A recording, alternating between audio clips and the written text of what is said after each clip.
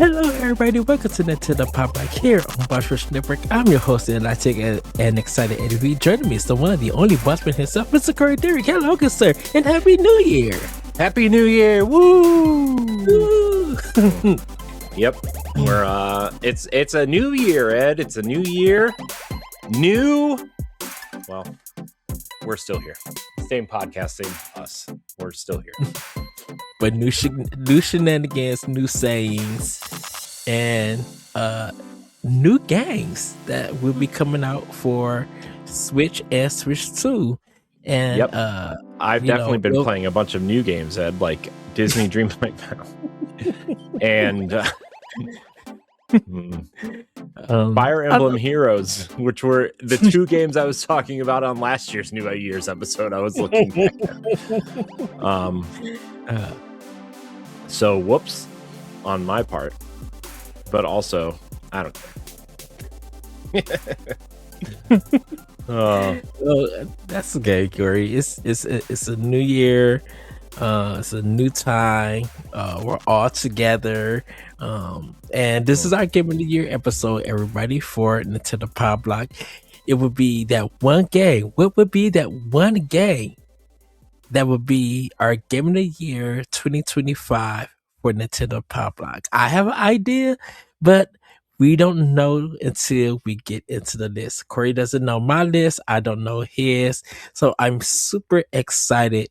I mean, I'm pretty sure people know my answer, but that's fine. So well, we shall see. But Corey, last episode I talked about what I was kind of happy to see in 2025 and what I look forward to 2026. So I kind of want to ask you before we get further on into the show, what was your take about gaming in 2025, and what do you look for 2026? Not just for you, for Boss Rush, the community, other content creators. What are you looking for this year too? Well, I mean, I guess in terms of 2025, right? Like there were a lot of games, and like I'm not gonna lie to you, I really felt burnt out last year, the first half of last year, because of the bosses and everything. Like that took a lot out of me, and I never really fully recovered. And like I would still argue I haven't fully recovered from that, to the point where like this year's bosses are going to be a little late because I just haven't. I've been putting it off because I'm going to be honest, I don't want to do the production aspect of it. I love recording and I love getting everybody together and doing the show and everything. I just wish I didn't have to edit it and put it all together. And like the only thing I mean, we haven't even done any of the recordings for the show yet, so like it's still going to be a little bit of a ways away. Probably towards the end of January, I'm guessing, is when it'll come out, which is kind of when it came out last year. But so like the first half of last year, I just like really didn't play a lot of games. I played a lot of Destiny, and I played a lot of Disney Dreamlight Valley, and I was into the Fire Emblem Heroes and Fire Emblem Engage early on last year, which were just kind of like, those were my safe games last year. And like last year, like 2024 was such a big year for us in terms of Boss Rush and getting kind of making it to where you and I have been trying to get for the last decade or so, essentially. Right. And like, obviously with the help of a lot of people like David and Stephanie and Laurent and, the entire writing team, everybody who's contributed to that. And so like, it was a huge team effort. And then 2025, at least for me, felt a little like a down year for me. Not for Boss Rush. I know Boss Rush did a lot of great things, and it just felt like I didn't push myself hard enough to get past the burnout, essentially, which I know is kind of like what you don't want to do when you're kind of burned out. But I feel like I never really caught up and trying to find the right balance of life, work, this, family, and like everything else that has been going on the last like 6 months or so has just kind of been like, I almost need like a full on personal reset in some sense, but Yeah. I think this, at least the second half of the year, was full of a lot of great games. You know, we got the Switch 2, which was exciting. You know, a lot of great games for that. A lot of great surprises, like Expedition 33 was a great surprise. Mm-hmm.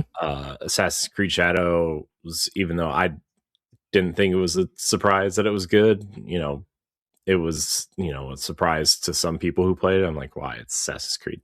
But anyways, you know, we got Donkey Kong Bonanza, which was a crazy kind of twist on classic characters, right?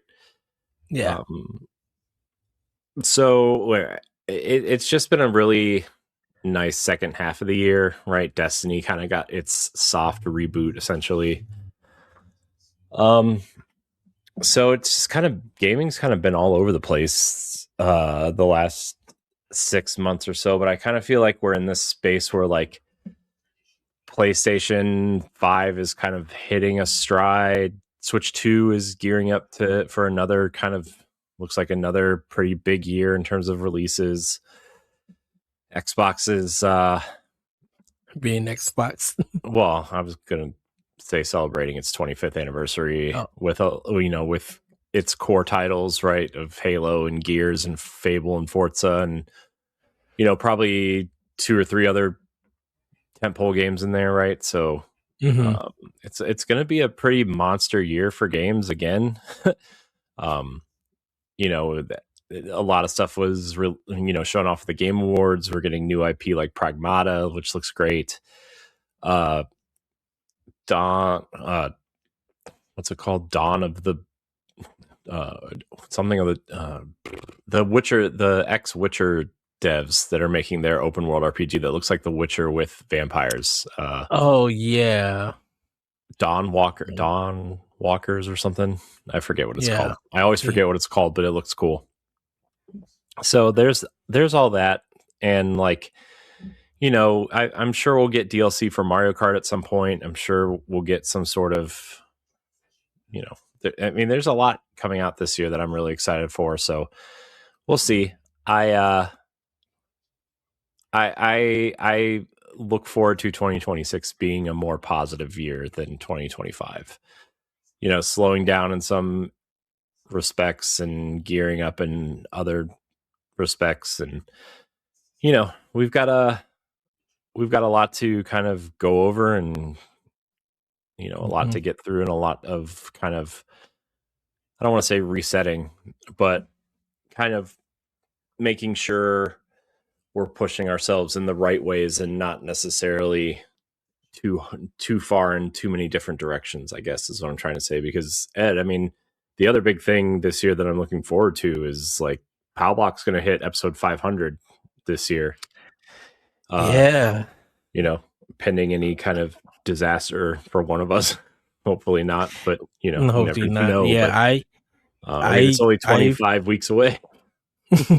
I've been planning, because I think I want to come to your spot and we do it live. Yeah, I 500. think, you know, you and I have kind of talked a little bit off air about what we want to do for episode 500's kind of celebration. I mean, 500 is a big number, right? I mean, that's a big, considering most podcasts don't last past 8 or 9 episodes, like 500 of these things. You know, with various iterations, obviously, but there's not a lot of gaming podcasts that has hit that number, especially when it's a small community, or you know, like small creative group getting to that point. I mean, that's years of dedicated service, I should say. Yeah. You know, and you know, obviously this show has gone through a bunch of iterations, a few different groups, but like, you know, you and I have always said that Pow Block is going to probably, in one respect or another, outlive Boss Rush, whatever iteration that takes, right? Just because, people will leave or life will get busy or lives change. And, this is kind of the one thing that we point to and be like, this is going to be the thing that we stick with forever, right? And no, nobody's talking about leaving Boss Rush or shutting it down or anything. I'm just, Right. that's just something we've always talked about offline, is like, no matter what happens to anything or anyone, like, this is going to be our show until one of us is, can't talk anymore, basically, and by then, like, there'll be enough of our voice online where we can just generate episodes and they'll just create voice generated episodes for us anyway. So we'll just live forever. But yeah, I mean, for episode 500, you and I have kind of been talking about doing it live together, like when you came and visited, and when we got the Super Nintendo Mini, and we kind of hung out and did quite a few things for that. So, I mean, by the time episode 500 rolls around, it'll be the first anniversary of the Switch 2, right? It'll be, is the 9th anniversary of this show in particular. There's a lot would be good. Yeah, like, there's a lot factoring into episode 500 that, we can build a lot of content in a short amount of time for that. So, we'll probably record a bunch of like Let's Plays, or, kind of go through games or figures or toys or, whatever else we kind of want to go through, and kind of hang out and live stream for the week. And, I'm kind of, whenever you come out here, I'm kind of planning on taking a couple days off of work for that, just so we can hang out. Obviously it'll be summer, so my kids will be running around anyway. So, there's a lot. We'll probably do some co-op games. We'll probably go through classic games that I've never played, right? Like the Mega Man games or Castlevania or, older Zelda games or whatever, right? Like there's a lot of stuff that we could do. I mean, I'm just spitballing ideas on here now, but and by then, like, the Power Ranger journey, watching the Power Ranger movie, the original one with Miles. Yeah, I mean, me and him are, the one thing that I've been kind of looking at too is, like, I want to do more stuff with my kids in terms of, like, they love toy videos, like watching like kids open their parents' toys, or like them opening big boxes of toys that, like, random, how like some people order big random boxes of toys and they just open them up or whatever. Yeah. And so, like, my son and I, and my daughter to an extent, although I don't know how, I think she is into it because Miles and I are into it, so she wants to feel included, not necessarily because she actually likes it. But you can probably, if you're watching the video, you can probably see some of them on the floor over here. But I have Power Rangers kind of laid out over here, and they're on the floor because you might notice that this top shelf behind me is empty, Ed. Right? I didn't realize that. Well, the heat vent runs right above that shelf. Yeah. And so I noticed that not my figures weren't warping, but the plastic was getting really warm to the point where, like, it could warp them at some point. So, like, I got to figure out something else to put up there. But that's why they're on the floor over here, laying on the floor. But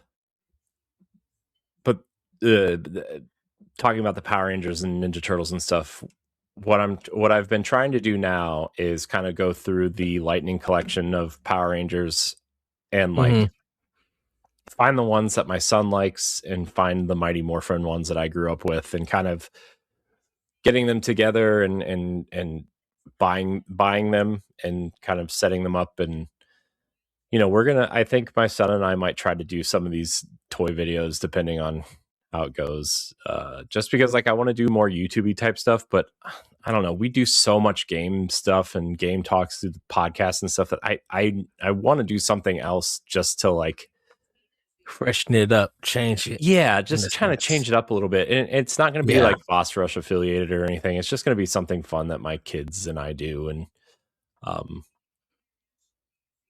so And yeah, it, it in a sense, it's a good reminder of a toy line in its history. You know, of course, Ninja Turtles and Power oh Rangers my are good gosh. examples because it's just like you go from the toy line of the Turtles and Power Rangers when each of them first released, and you just see the evolution of them till today. That you know those series are still continuing. They might be in different, you know, they may be in like different styles and under different names, but they're still under the Teenage Mutant Ninja Turtles or the Power Rangers and stuff. You know, you go to the theme songs and how that transitioned into what it is now.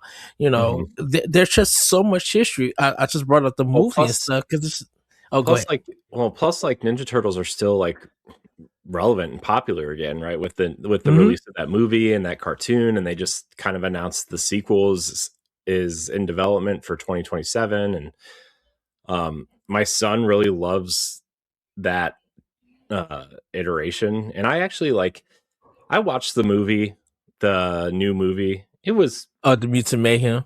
yeah, it was okay. Like it was okay, I think. I think a lot of people overhyped it, but one of my favorite things in the movie actually is like the turtles designs themselves, and Yeah. like how they kind of feel like the old cartoons without actually like looking like them, but they all have their distinct kind of personalities and kind of things that have evolved over the years, right? Where like Donatello has glasses and like a tech backpack type thing. Like he obviously he was always like the, you know, the science one of the turtles, right? The smart one. But like, you know, Mm-hmm. he has all these gadgets now, and like they hook onto his shell, and he, you know, he has the headset, and Michelangelo has the wild skateboard, and Raph kind of has the do-rag thing going on instead of the traditional mask, right? Like the Yeah. little things that have evolved over time for the turtles. I really like that. And so like he's been getting those toys, and I have gotten out my old Ninja Turtles like from the 80s and the 90s, and like trying I don't know if I told you this on a show or offline or whatever, but I got them out and I went through every single Ninja Turtle that I have, which is a lot, by the way. Way more than I thought I had. I know there was a picture of Mauser Hmm. having all the Power Rangers. I guess he was having a battle or a war or Hmm. something. Yeah, Uh so what we were planning on doing is like somewhere closer to his birthday, I think. We got to get more toys, of course. Uh, Side tangent, by the way. Amazon has these. I forget what they're called. Not. I keep wanting to say Tinker Toys, but that's not right. It starts with mhm. a T, but they're like action figures, but they're like these generic, like dummy action figures that kind of Yeah. remind me of like. Here, I'll send a link in the chat. But they would be perfect for like fodder bad guys of like equivalent to like the Foot Clan from Ninja Turtles or the Putties Yeah. from Power Rangers or whatever. But they're just Oh, like the these little putties. like generic looking figures, and they look really cool to the point where like I'm like, man, these would be cool to buy like 10 packs of these and just set them up as like the enemy army or Uh-huh. whatever. Um but anyways, I laid out all my Ninja Turtles, and I got out. I have this big box of just Ninja Turtle weapons, like all the weapons that have ever come with any of the Ninja Turtles. I just threw in this Yeah. box. I went through the TMNT collector and matched all of the weapons to the correct figure, Oh wow. and then individually baggied them up. Hmm. Um, and of course, I'm missing like a ton of like little things like the ninja stars that came with the turtles and whatever. But uh, you know, but I that was a big task considering there's over 100 Ninja Turtles in that tote. You know, because like my parent, like I would get them for my birthday or Christmas or like yard sales. You know, like a big box of like 20 of them would from a yard sale, and they would just be in there, right? Or like, all the Transformer turtles, like, oh well, there's 2 sets of these somewhere. And then I found my biker mice from Mars in the same, like in a separate thing. And I have everything, which is crazy because like I got them out to show my son a couple months ago, and he liked them, but he thought they were kind of weird, right? Because they're kind of weird. But I got them out and I had everything. Like, every figure was complete with all the things, right? I get him out this time. There's a missile missing from one of the motorcycles, and I'm like, I just had this like 3 months ago. Where is it? Oh no. So No. I gotta find that. But also, if I need to buy a replacement, it's like $3 on eBay. So and I don't know, deal, but and I don't know if Barker Mice from Mars, if that is on YouTube or anything. I would love to see, like to see him see like a episode of the cartoon. I think it is. I'm not 100% sure. I think it is. I know that old Ninja Turtles are on YouTube now, and like, it's funny, all these old shows have their own YouTube channels now. Like, we were like a year ago, we were talking about VR Troopers when Miles started really getting into Power Rangers. Yes. And like, VR Troopers has its own YouTube channel, and all the episodes from VR Troopers is on there. Which I actually like, I had a bunch of VR Troopers, and I have no idea what happened to them. A bunch in quotes, meaning I had all 3 characters and like a bad guy,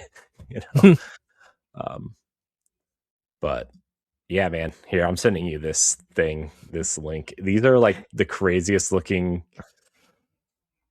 things, but there we go. I said it in the private chat. Oh, I see it.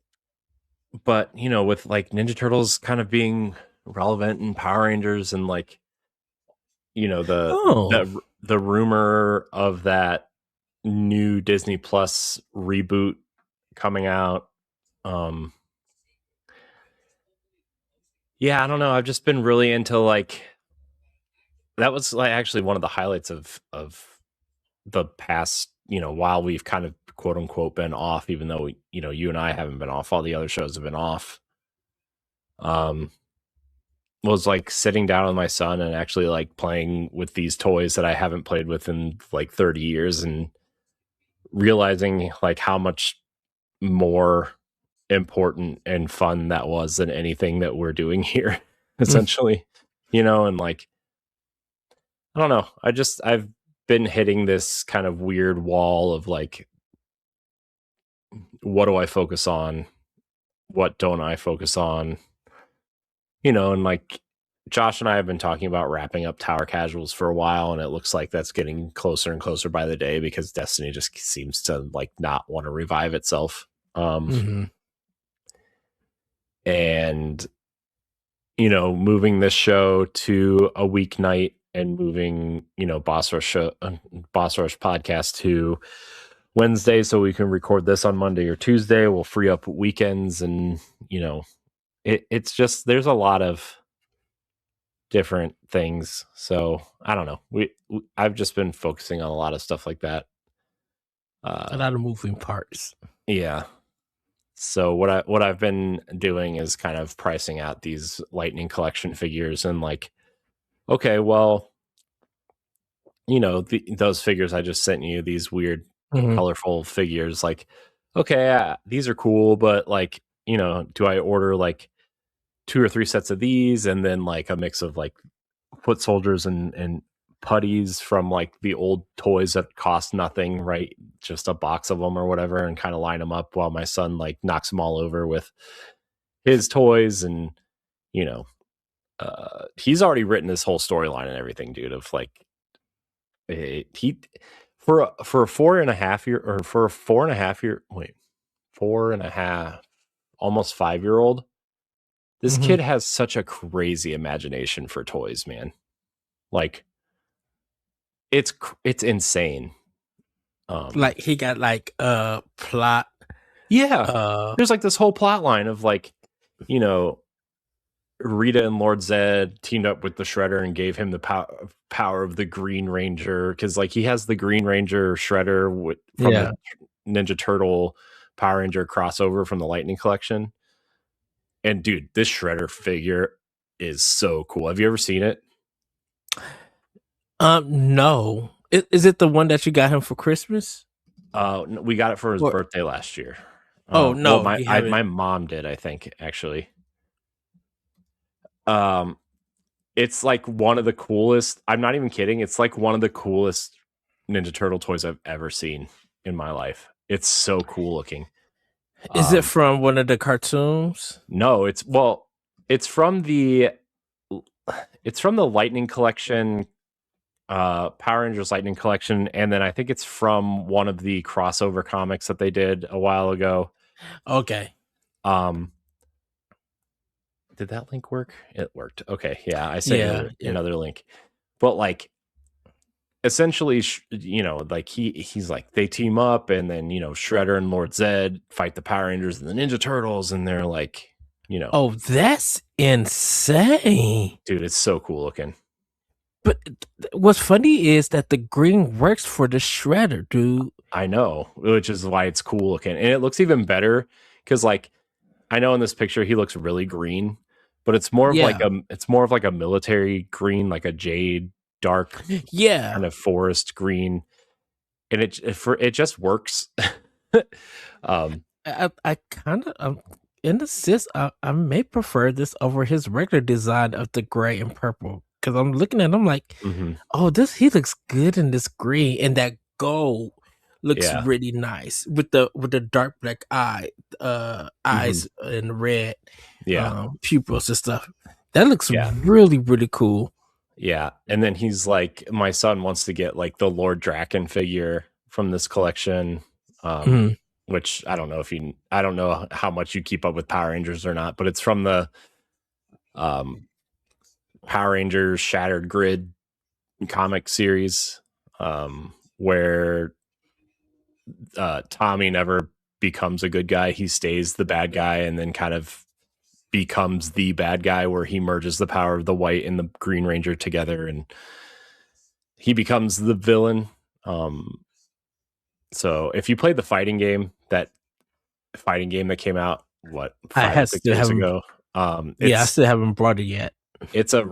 Like Lord Draken is like the villain in that game, essentially. Like they kind of retell the story of that in there, and like the Red Ranger becomes a leader of the Red and Black Rangers become century leaders for Lord Draken, and the Pink Ranger becomes the Ranger Hunter, where she goes and hunts down all the other Rangers, and it's crazy, man. It's cool. It's really that's interesting. So they they kind of lose their goodwill and are evil, or well, he captures them and tortures them, and then half of them become bad. The other ones are scattered. I think some of them even die. It's like really dark, but it's different color Rangers that got captured, I'm assuming. Well, it's the Red Ranger, Yellow Ranger, Black Ranger, and Pink Ranger all get captured. So Billy, the Blue Ranger, is the only one that doesn't get captured. I don't remember what happens. I think he goes through the morphing grid and finds Rangers from other, like, because like, long story short, Power Rangers is like a big multiverse thing, right? Where like, in like the morphing grid, if you think about it like the MCU essentially, right? Where like it's like a multiverse, and like the different Power Rangers are in these different universes, and then the morphing grid is kind of what holds them together. Right. Yes. They connect to the morphing grid, and that's where they get their powers from. It's a whole thing. And I think, I don't remember if Billy goes through, or if, I know Kimberly, the Pink Ranger, becomes bad, but then she becomes good again. And I know she has a lot to do with going through the grid, trying to find some of the other Rangers. It's cool. It's kind of a cool thing. But anyways, my son doesn't know any of this, but he made that up himself, right? Like, in his mind, he made that up, which he did, even though the story already exists. You know how sometimes when you come up with a good idea and then you realize it already exists? Yeah. He's done that. Did he write it down, or he just no, knows he just does it. Okay. So, but yeah, we're gonna. I think for not either, probably for his birthday or something. Like I'm gonna get him a Lord Draken figure because he wants one really bad. Cool. So, and he looks cool. Lord Draken looks cool. I'm trying to find a good picture of that character, but essentially, like if you could just imagine like the White Ranger and the Green Ranger from Mighty Morphin just kind of merged together. Mm-hmm. This is the one I just sent you is the like it's called. There's 3 evolutions of Lord Draken. There's Evo 1, 2, and 3. This is the one I just sent you is Evo 1. They never made a figure for Evo 2 just because it's kind of like whatever. But then, like, so he has the white outfit with the green. But this is the Evo 3. And then it has the Tommy's head grid on it. Yeah. So, the Evo 3 is the, kind of like he's collected all the power coins and is kind of like taken over. Oh, wow. So yeah, he's cool looking, but he like has this whole thing where like the Green Ranger Shredder and Lord Draken team up with Lord Zed and like take over the universe essentially. And it's up to the Power Rangers and the Ninja Turtles to like stop them. Lord Draken Evo 3. Oh, so he has this black outfit. Yeah. With the gold. It's so weird with the red diamond part. It's looking very Thundercats. Yeah. So it's cool. Welcome to our Game of the Year episode, by the way, guys. 30 minutes in, whatever. But yeah, if anybody wants to learn about these these characters, you can play what's it called? Power Rangers Battle for the Grid, the fighting game on Nintendo Switch and other platforms. I mean, it got a lot of great ratings, reviews. Yeah, it has a Street Fighter crossover. Also, Ryu and Chun-Li are in it. Oh, that is right. You can get they have alternate costumes too. So like they have their Ranger costumes, right? Like they look like Power Rangers, but then they have their quote unquote Angel Grove high school outfits, which is just like 90s era clothing with their Street Fighter kind of like face looks like Chun-Li has the white buns and whatever, the buns. And then Ryu has his thing. But yeah, man, this is I don't know if you ever saw the trailer for that game, but it's actually the Green Ranger fighting Ryu is how they promoted the game. Oh wow. So like in like live action, like a live action version of it. Yeah. So yeah, it's a 2D game, everybody. So just want to make sure it's a tag 3 game too. So you pick 3 characters at the same time, and then you kind of tag them out like Marvel vs. Capcom essentially. But it's a 2.5D game. So like all the character models and the environments are 3D, but it's a 2D. I guess like Mortal Kombat essentially. But yeah, whatever, it's fine. The one thing though, my son is kind of mad at Ed is he has all 3 Zords that make Lord Draken's Zord in the comic books, which is like it's the White Tiger Zord, the Falcon Zord, the Ninja Falcon Zord, and the Dragon Zord. Yes. And in the comic book, they morph together to make Draken's Megazord. But they don't do that. The 90s toys don't do that because the character didn't exist when these toys came out. So like he's like upset because we got Santa brought him a white tiger Zord for Christmas, which is all he wanted for like 6 months. But then he like tried to put the Dragon Zord on top of it, and he's like, "Why doesn't this work?" And I had to tell him like, "Well, this didn't exist back then." So, yeah. Anyways, it's fun. Yep. So, I've been Power Rangering it up with my son. That's cool. That's good. Oh man, wait till you find out all the research I did on the Omega Rangers, which is even cooler. But we'll talk about that off air. Yeah. Nope, no, we're not. Remember when Zach, Trini, and Jason all left the show, and they were replaced by the other three?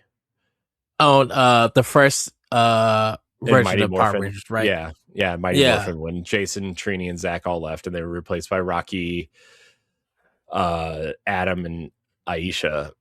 Because I think this was the third or fourth season. It was the second season. Really, I thought it was halfway. It was halfway through the second season. Yeah, because it was because the movie happened when they were still in. So, because the movie happened in between the second and the third season, but they started filming during the second season of the show. But yeah, so like the Omega Rangers takes that into account, them leaving. But Zach, Trini, and Jason all become the Omega Rangers, which is like a space and time jumping Power Ranger force also. It's a whole thing. But they made figures of those Rangers too, and they look amazing. Anyways, I've fallen deep into the Power Rangers lore in the last we'll say 2 weeks. Because I like Mighty Morphin Power Rangers, but I like Mighty Morphin Power Rangers, which is 3 seasons of the 30-year history of this show. Yes. Whereas my son he's jumped around, right? Like he still likes Mighty Morphin, I think, the best, and Dino Fury, which was like the last 3 seasons. Yeah.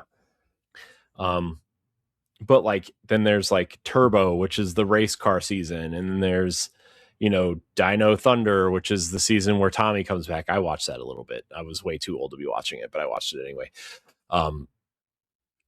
And then there's like Wild Force, which is awful, but he loves it, right? Wild Force, was that the one that was like in the forest? Mm-hmm. Was that? Yeah, and they like the Red Ranger is like some kid who lived in the jungle who was like lost in the jungle for like 20 years because his parents were explorers or whatever, and like it's like this whole weird thing. There was one of them that, like, I think after they got done morphing, they was like in Japan. They was like on the streets of Japan fighting. I'm like, wait a minute, hold on. Well, Ninja Steel, I think. Maybe Ninja Steel and Super Ninja Steel, which are but they're all the footage is the Japanese footage of them as Rangers in every single season. That's like the whole point of the show, right? It's like Saban, that's how they were bought the rights to the Super Sentai series that has been going on since the early 70s, by the way, which is why some of it looks really bad. The footage, you'll watch the SD footage and it looks crystal clear, and then you see this old raggedy Godzilla 1970 footage. You be like, wait a minute, this is not right. Because you were always trying to figure out, okay, y'all was just at a high school. How did y'all in California? Now you're in the mountains of Japan fighting giant monsters. Okay, kaiju monsters. Yeah, kaiju monsters. It's just like, wait a minute, hold on. Power Rangers is so cool, man. So cool, so good. I don't know if you can see, Ed, but like my Megazord and my Titanus are over there with my Ninja Turtle van. So nice. My son did say, so there are 3 things he wants for his birthday, and I already got him 2 of them. But he wants the other Dino Fury Zords, which I bought him the 2 that he doesn't have. Well, I bought him 2 of the 5 he doesn't have, we'll say. But the 2 main ones he wanted for his 2 favorite Rangers from that series. I bought him those 2. And then he's like, I want a turtle van like yours, but not yours. Because yours is old. Ooh. I'm like, what do you mean? All your other toys that I gave you are old. But I found one that I think he'll like anyway. So it also transforms into a giant turtle, by the way, which he'll be able to, use with his Power Rangers because they are morphing robots. Oh, wow. I'm trying to fit the theme here, Ed. I know. Wow. The thing that's going to suck, though, is when I finally pull the trigger on the Green Ranger, it's like $120. Dude, these figures range anywhere from like $9 to $170. It's crazy. I'm not surprised. Well, some of them are like Comic-Con exclusive. Like, so the second Pink Ranger, which I didn't know this many people really cared about. The only way you can get her Mighty Morphin and Zeo Ranger Lightning Collection figure is if you buy the one that was sold at San Diego Comic-Con like 3 years ago. And the thing about it is because this is what happened. So when Toys was open, they would announce those toys at Comic-Con or some of the toy fairs. And when they announced it, we will be like in a month or had exclusive 2 ones, I think. Yeah, we got the exclusive ones, and we got the ones that they announced. And then there are toys that you could only buy at Comic-Con. So, because it was one of the Megazords and one of the Transformers. The legacy ones. Yeah. The Toys R Us got the black and gold legacy Zords, which were the black and gold and red ones, the red, black, and gold ones. Because they did that with the original run too. Toys R Us only got Toys R Us exclusively got the black, gold, and red ones, which I got the Megazord. My son has it in his room. He plays with that one, but I kept the color one over here. But when they came out with the legacy set in, I want to say like 20, gosh, I guess it was their 20th anniversary. So it must have been like 2014 ish, 2015, 16, somewhere in there.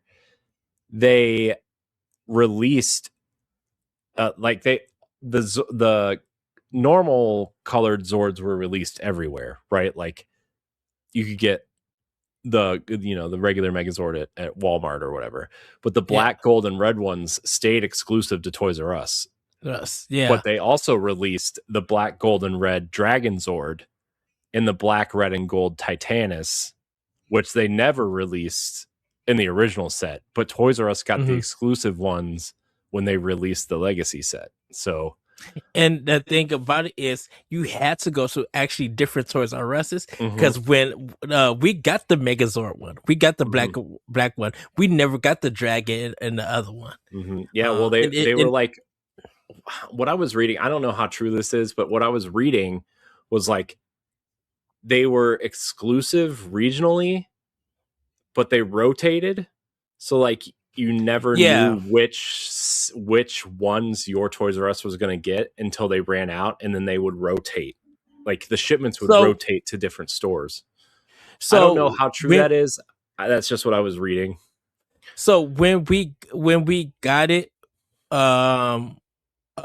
we would actually open up the boxes just to see what we have because we didn't know that we were getting them. And so, because they had all the exclusive deals behind closed doors and stuff. So the stores didn't know what they were getting. And they did that so they wouldn't be able to tell collectors, hey, we're getting this. If you want to come get it, come get it. Because if we had the Megazord one, if you were trying to look for the Dragon or anywhere else, you had to go all the way up to Wisconsin or to Indiana to go get it. And stuff. Yeah. Those are a pretty penny now, by the way. If you want them new in box on eBay, they're like $350 to $400. So, And the thing, because they were only at like they're $49.99. When they first came out, they were $49.99. Like the Legacy Collection Zords were $49.99, and I think Titanus was $69.99 because it's bigger. We had a Megazord one that was like $150. That was the Zord Ascension one, which they released with the Lightning Collection, which was like supposed to be like their like nice Megazord, but it's actually a piece of junk. The Legacy version is actually much nicer in terms of like detail and anyways.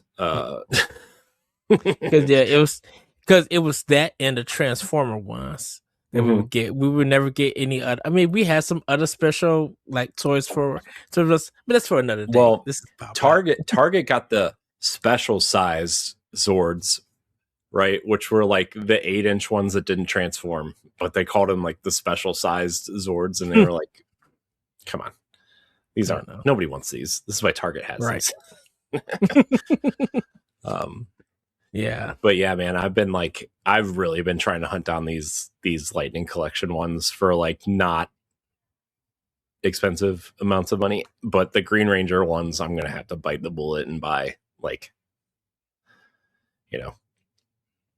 So but like so I bought the Dino Fury Blue Ranger. It was $11. Like, so these things range from like, you know, the prices are ridiculous. Also, if you want one of the girl Power Rangers, you can have your pick of the litter with those, essentially, because they're all like less than $15. Sorry, I know it's like stupid and ridiculous, but like if you want a pink or a yellow Ranger, you can have your pick of those for like $10, except for the dual pack of the Zeo Mighty Morphin second Pink Ranger. Dude, I swear, if we ever had a Sailor Moon line at Toys R Us, it would have been over.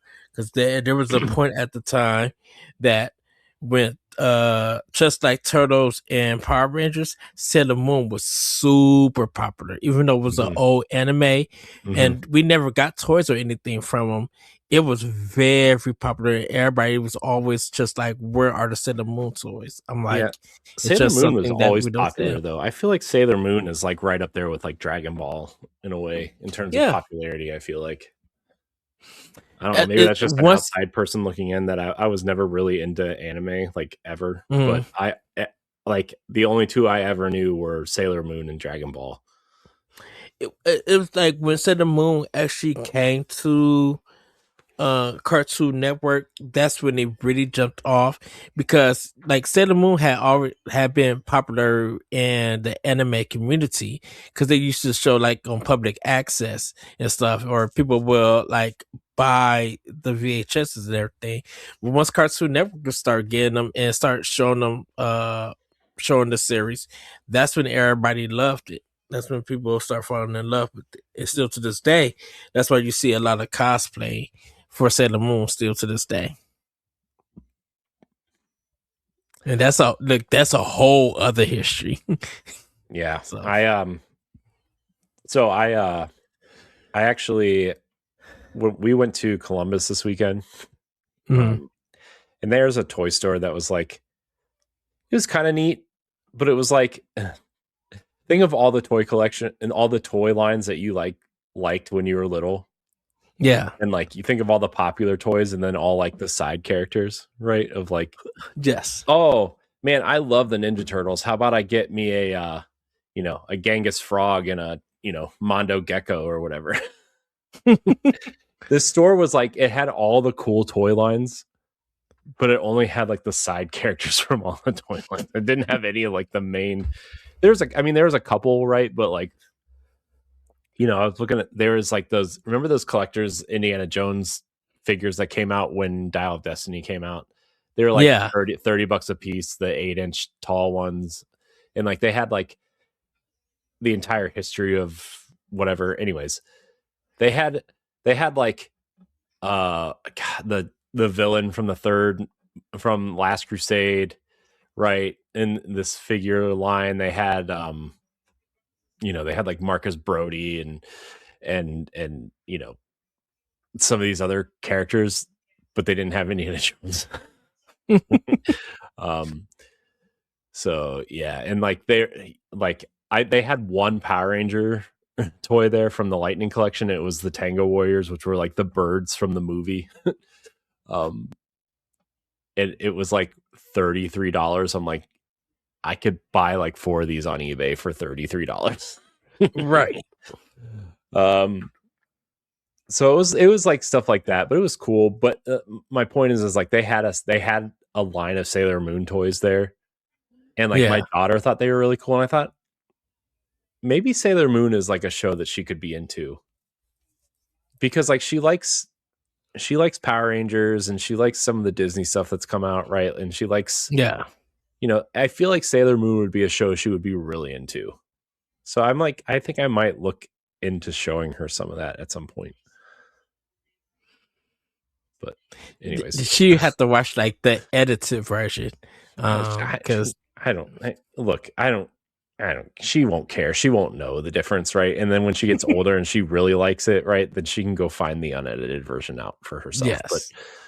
But just to like introduce her to something like that, I feel like she would really like that, because like my son obviously likes Ninja Turtles and Power Rangers, and they have their own cartoons and shows and stuff, but like some of the stuff she likes is like really hard to find things for her to be into and watch and play with the toys and everything, right? So you can only buy so many Disney princesses, man. You know what I mean? Like, even though I'm a Disney person, like you can only buy so many Disney toys. So like I'm trying to find other things for her to maybe be into. So she'll probably end up doing like the movements and stuff. Well, the thing is like she loves K-pop Demon Hunters still, right? Yeah. And I'm like, it's not the same, but it has that vibe of like cool chicks saving the world, right? Like could be something, right? It's vaguely similar. Very true. That is true. A team of superhero women fighting demons / aliens. I'd just say fighting evil. Yeah. So anyways, now that we're an hour in,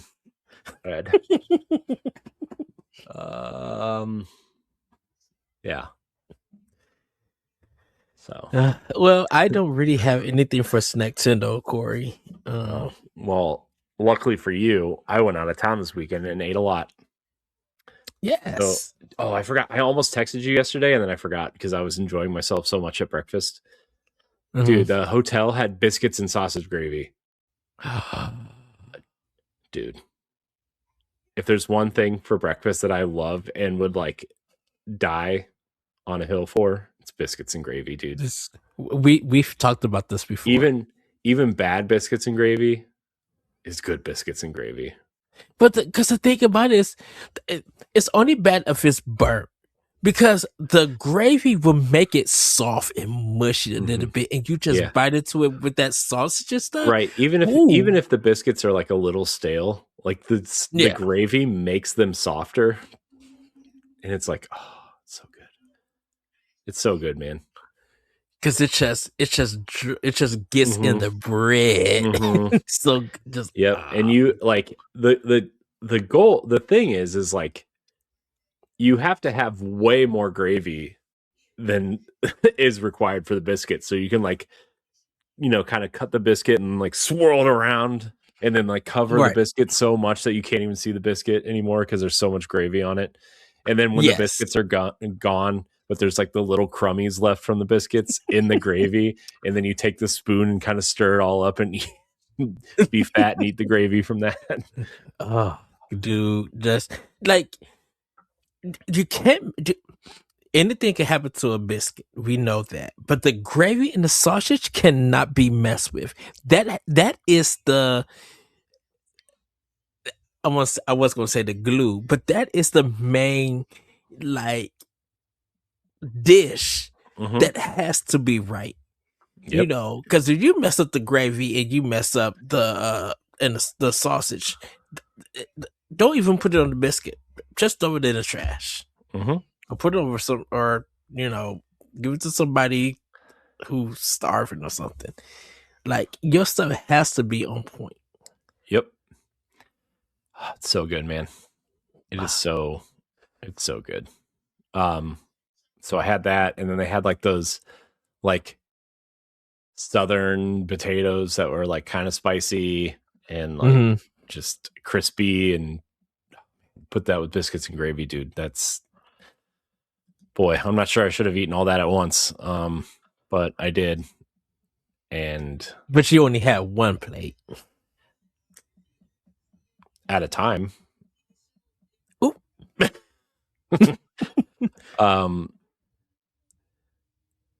So good. And then we got we ended up going to this place for dinner one night. We ordered in, and it was I got a turkey club from there. Ooh. It was like, it looked kind of basic, but it was so good, dude. It was like exactly what I wanted at that time, where it's just like turkey and crispy bacon and provolone cheese and lettuce and mayo on this wheat bread. Oh, so good. Oh, really? Wheat bread? Yeah, and we got sweet potato fries. Oh, dude, sweet potato fries are so good. I'm not a sweet potato person, but dude, when sweet potato fries are crispy and it's so good, man. It's so good. To be honest, because I don't really eat sweet potato fries or anything. I never did either until like 2 or 3 years ago. I started eating them. Like what you said, when they're crispy, when they're done right, they're delicious and everything. Yeah, it's when they're like soft and mushy that they kind of suck, but if they're crispy and they're so good. Cause my mind is thinking about it as like a regular fry, and so with a regular fry, it's got to have that crisp. It's got to be like a little breakish. You can see that sometimes the steam coming out and have that potato in it. With sweet potatoes, my thing, it goes mushy because of sweet potato pie. That's what I think of when I look at sweet potatoes. I don't think of them as fries, but when they're done nice and they crisp, so good. And you don't need no dip for them. Yeah, it's really so good, man. So good. Oh, anyways, I'm just thinking about it now. I'm very hungry. I'm very hungry now.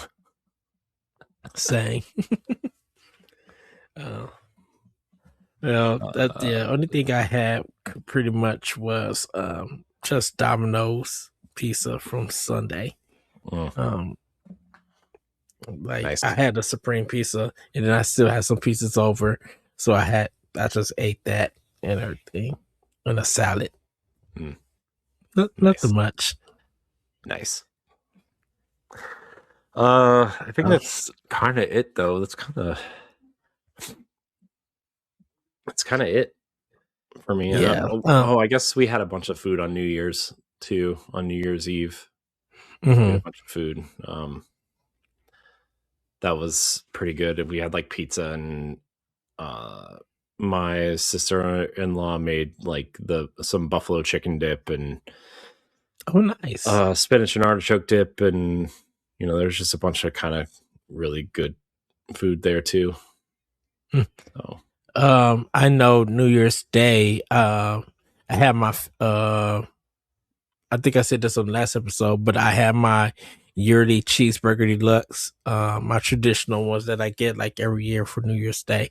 I had that, but I didn't do soup this year. They didn't have good choices of soup this time, which is fine and everything, because normally I'll get their soup and they're like good bread, but like this year I just skipped it, but it was really good, like and stuff. So nothing new just yet, since it's still the new year. I'm definitely excited to try new foods this year, so what that would be, Depends on the places I go to. Yeah. So, because you know when I come up there, I like time to go. I'm like, dude, you already know. I need my fatty fat burrito. Mm-hmm. Yeah. So, as for playing with power and stuff, Corey, really just for me. Sorry, everybody, I'm not really doing like what I normally do. I just play Yakuza 4. Like that's it. Nothing else just yet. I'm waiting for new Switch games to roll out so I can start getting those and playing those. Yeah. Like I said earlier, I'm playing old stuff. So I mean, Disney Dreamlight Valley has kind of been it was my vacation game. It's funny. I've downloaded all these games for vacation, right? Because I'm like, I should play some indie games. I should catch up on some games that came out this year that I didn't really get to finish, like Donkey Kong or Metroid, and maybe play a little bit of Tomb Raider, that type of thing. Play some, continue my save in Assassin's Creed Shadows. Dude, I got in the car, or the night before we left, I was like, I should check to see if there's anything cool in the Disney Dreamlight Valley store. Just on a whim, I was like, oh yeah, I forgot. I was in the middle of like cleaning up my valley, and I forgot to finish it. So I stayed up that night and did some of that. And in the car on the way there, I'm like, okay, I guess I'm playing this weekend. So, and then I also like downloaded this, like, it's a similar type thing to Disney Dreamlight Valley, but it's like the kids version essentially of like build your town. It looks more like Animal Crossing than Disney Dreamlight Valley does, right? Like it literally looks like, oh, what if Animal Crossing characters had Mickey Mouse ears on or whatever, right? Like it literally looks like that.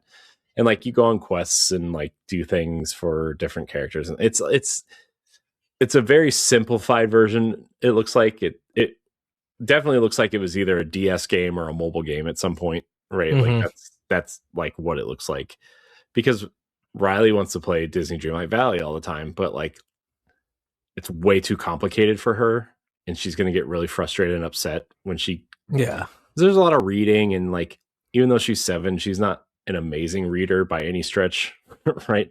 It's taking her time. Yeah, and it's not voiced at all, right? So like you really have to read it if you care about the story, which I really don't at this point. But the one that I downloaded is fully voiced, and like they can kind of talk her through things, and it's very simplified and a lot of tutorial heavy things. And so we're gonna probably play that together this weekend a little bit. Nice.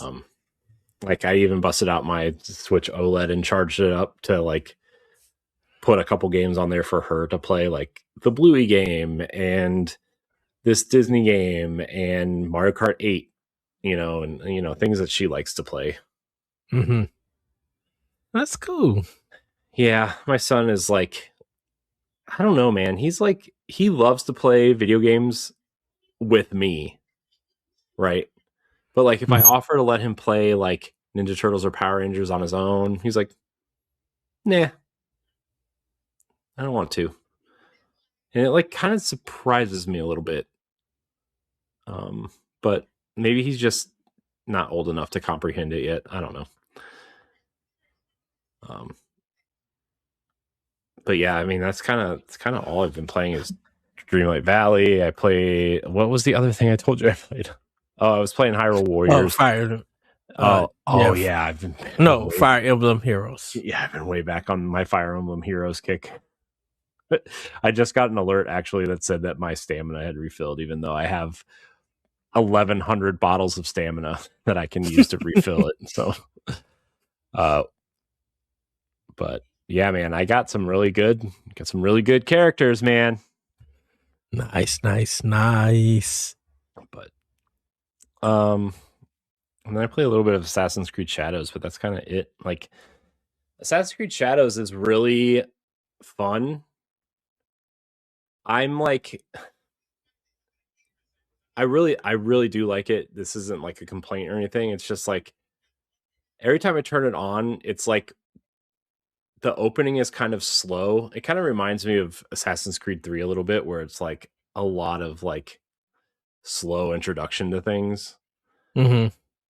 And like I feel like every time I turn it on, it's usually later at night, and like I don't have enough time to do what it wants me to do, so I haven't really gotten into it, right? So I don't Yeah. know. It's kind of strange, but it's not like Star Wars Outlaw, where Star Wars Outlaws kind of gets you right into the thick of things. Action. But yeah, that's kind of it, man. I haven't been playing too much. Yeah, which I could understand, with it being just like the beginning of January. You know, you're getting kind of like back into the rhythm of things, like definitely when it comes to work, and stuff like that.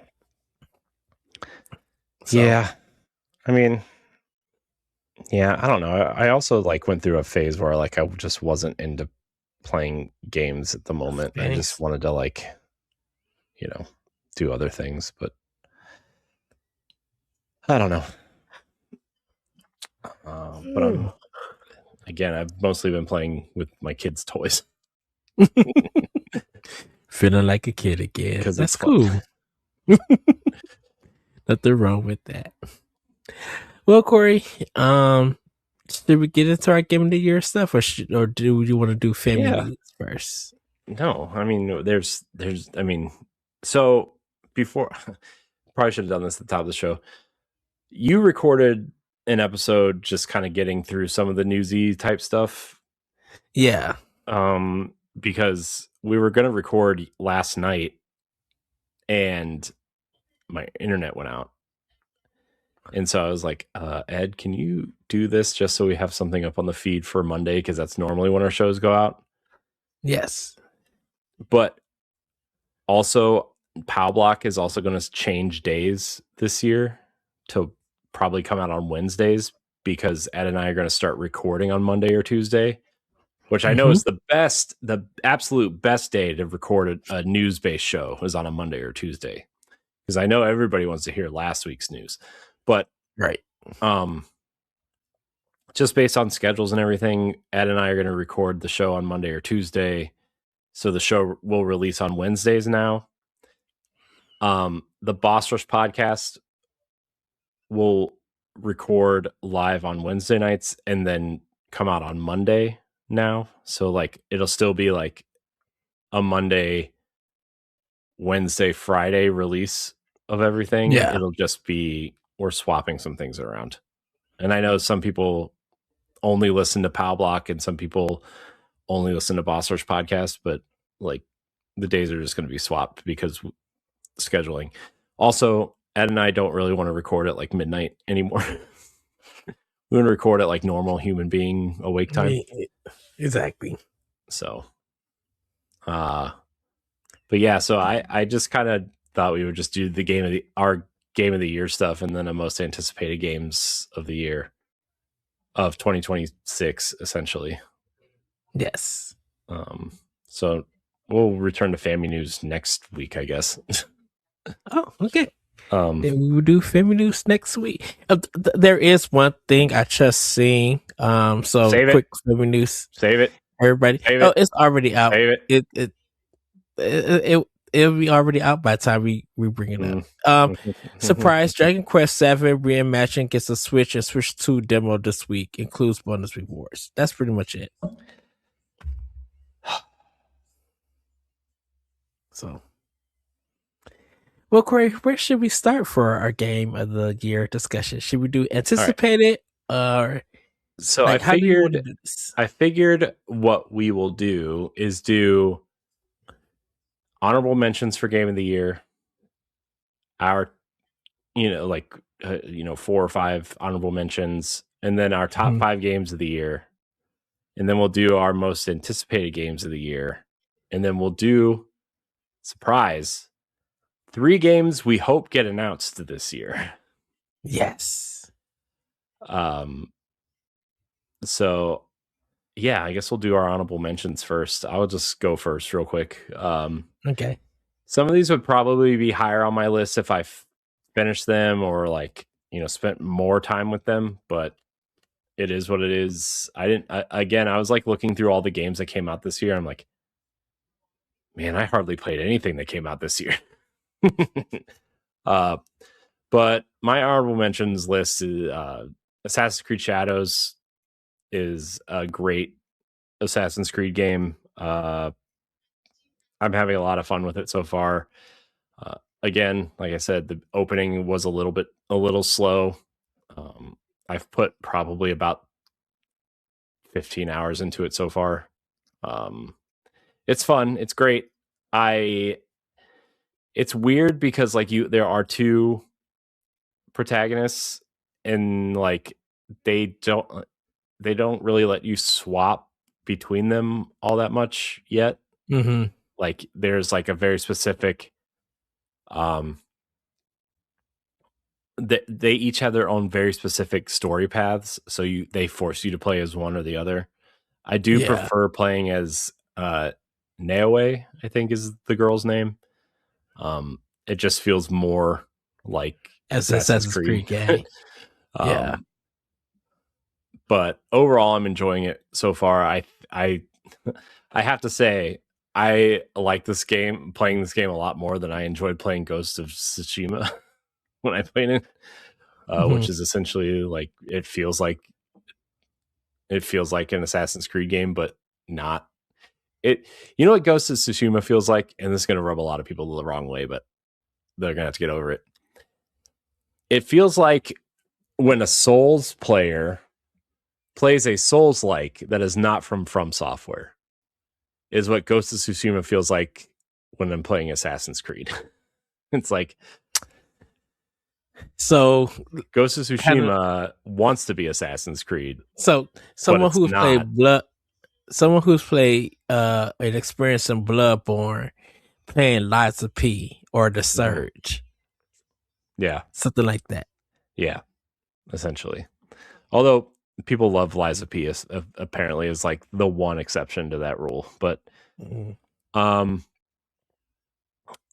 so yeah, I really like the combat, except like they changed some of the ways that combat work at least from Odyssey. Like the last one I played was Odyssey. I was trying to finish Odyssey and all the DLC before I moved on to Valhalla, and then I never did. And even though I have 127 hours into Odyssey, I never even touched the DLC. But other than that, like I'm really enjoying it. I think it's cool. I think the story's cool. The environments are beautiful. Like the character models, I'm like, I can't believe this is running on a Switch right now. Like this is crazy. Yeah. It's the same feeling I had when I was playing Star Wars Outlaws, and it actually, not every case, but in some cases, it actually looks better than Star Wars Outlaws. Although I did go back into Star Wars Outlaws, I'm like, yeah, man, this game is amazing looking. Like I think some of the character models in Assassin's Creed look a little bit better, but overall, I think Star Wars definitely still looks better. But Star Wars Outlaws, it did come out on Switch in 2025. That's on my list. Again, it probably would have been higher if I actually played more of it. I have 20 hours in the game and I'm still on the second planet. So like I'm just kind of literally doing everything I can before I move on. Tony Hawk's Pro Skater 3 and 4. Like especially revisiting Tony Hawk's Pro Skater 3, it brings me back to when I got my GameCube, and the first 2 games I got were Luigi's Mansion and Tony Hawk's Pro Skater 3. And like I remember going to Best Buy to get a memory card to save the games in that nasty orange controller.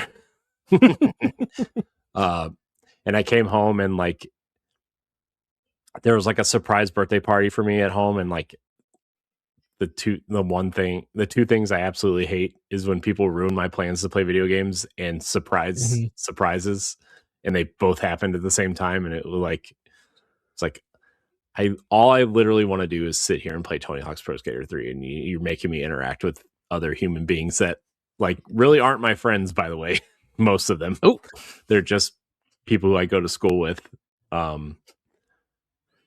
So that happened.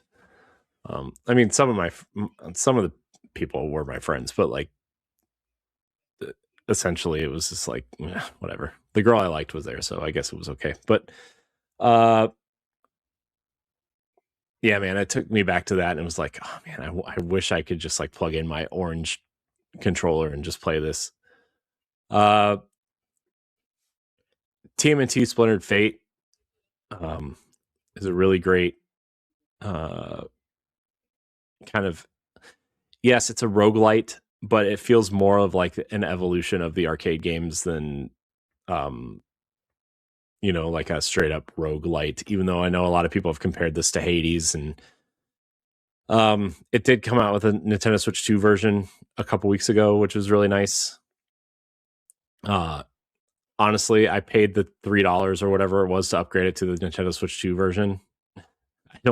I don't know if there's any difference. I can't tell if there's a difference or not.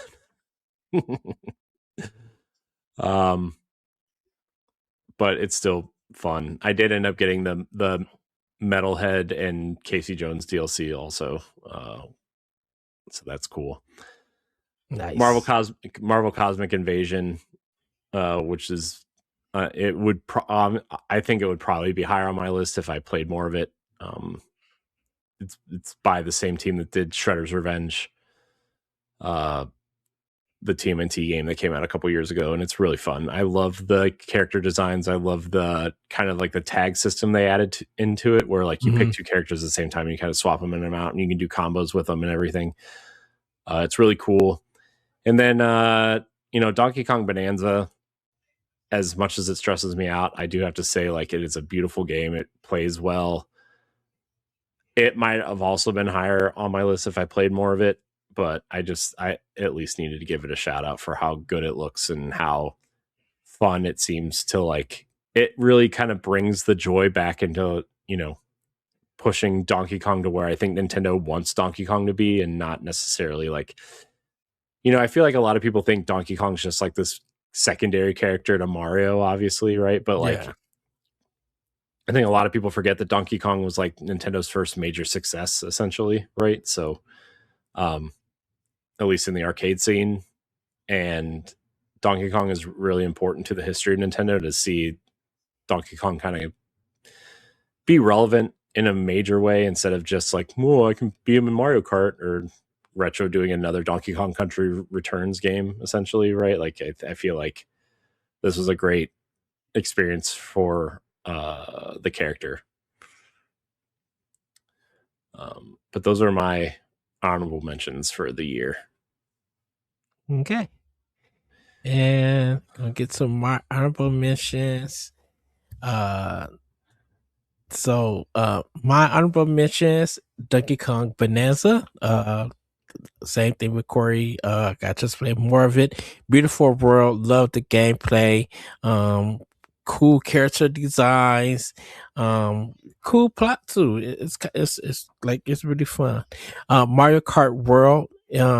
Is one of my honorable mentions. A game that came with my Switch 2. Enjoyed the open world. Haven't really did a lot of the races and stuff like that. But I enjoyed it for what it is. I'm going to get back into it sometime, probably over the summer. Octopath Traveler 0, had a great time with that game. Still playing it and everything.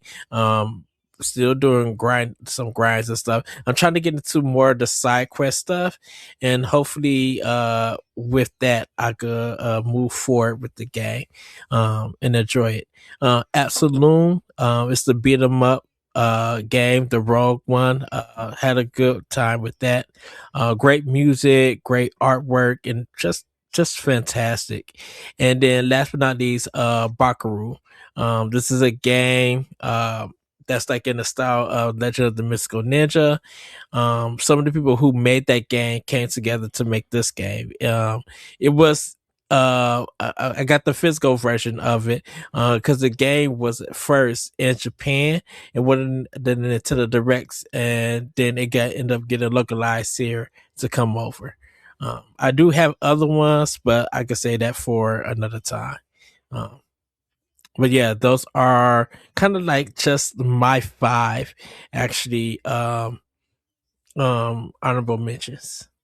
So Nice. yeah. Nice. Okay. Well, I guess I'll move on to my number 5. Not much to say, at least on this podcast, but Destiny 2 Edge of Fate, the campaign was very well done. Oh, What? I thought you were doing just Nintendo games. Mm-mm. No. Oh, well, mine's all Nintendo stuff. Well, Everybody. whatever. It's fine. Whatever. Okay. I think it was the I mean, in a perfect world, they would have held off another year or so and made this the beginning of Destiny 3, honestly. Like, I think it would have been a much more ambitious expansion if they made this part of a kind of more of a major kind of thing, which I know they are making this more of a, the beginning part of a major saga, but like, I feel like this should have been where Destiny 3 jumped off. There was a lot of at least in the community, should Bungie do a Destiny 3? Should they not? Like, should we be chasing weapons? Do things carry over? But at the end of the day, I think Destiny 3 would have been the better idea, considering a lot of the veterans that at least the major veterans jumped ship anyway, and a lot of the people that would have complained about not carrying weapons over would have bought it anyway, right? So yeah, I really liked the story. Could it have been better? Sure, probably could have been, but at the same time, it was the absolute best thing that probably could have happened to Destiny at a point where wasn't looking so good. And then obviously the things that happened after the campaign, like, people hated, and there's a lot of complaints and a lot of things that are happening behind the scenes and all that kind of stuff. The Star Wars expansion, I didn't care for it, but I am in the extreme minority of that, apparently.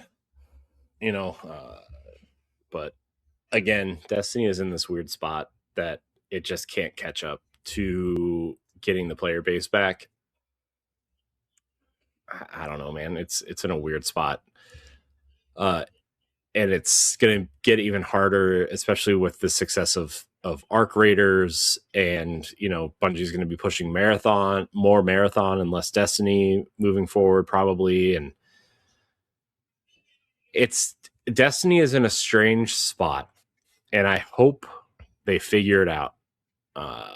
And I know that their studio is like less than half of what it was when the final shape came out, right? In terms of like people who got laid off and transitioned and moved to other parts of Sony, and leadership changes and C-suite changes and all these other things, right? But like, I really hope they figure it out. Mm-hmm. But the story was great. The characters they introduced were great. Some amazing story stuff that I didn't think we would ever explore, just because why would you explore something like that in Destiny that takes place thousands of years in the future, essentially hundreds of years in the future, whatever. Like, it was cool. It was really, really cool. Somehow the Kennedy assassination was worked into the storyline. Like, it's just like, whatever, man. Let's get crazy. Let's get wild with it. Right.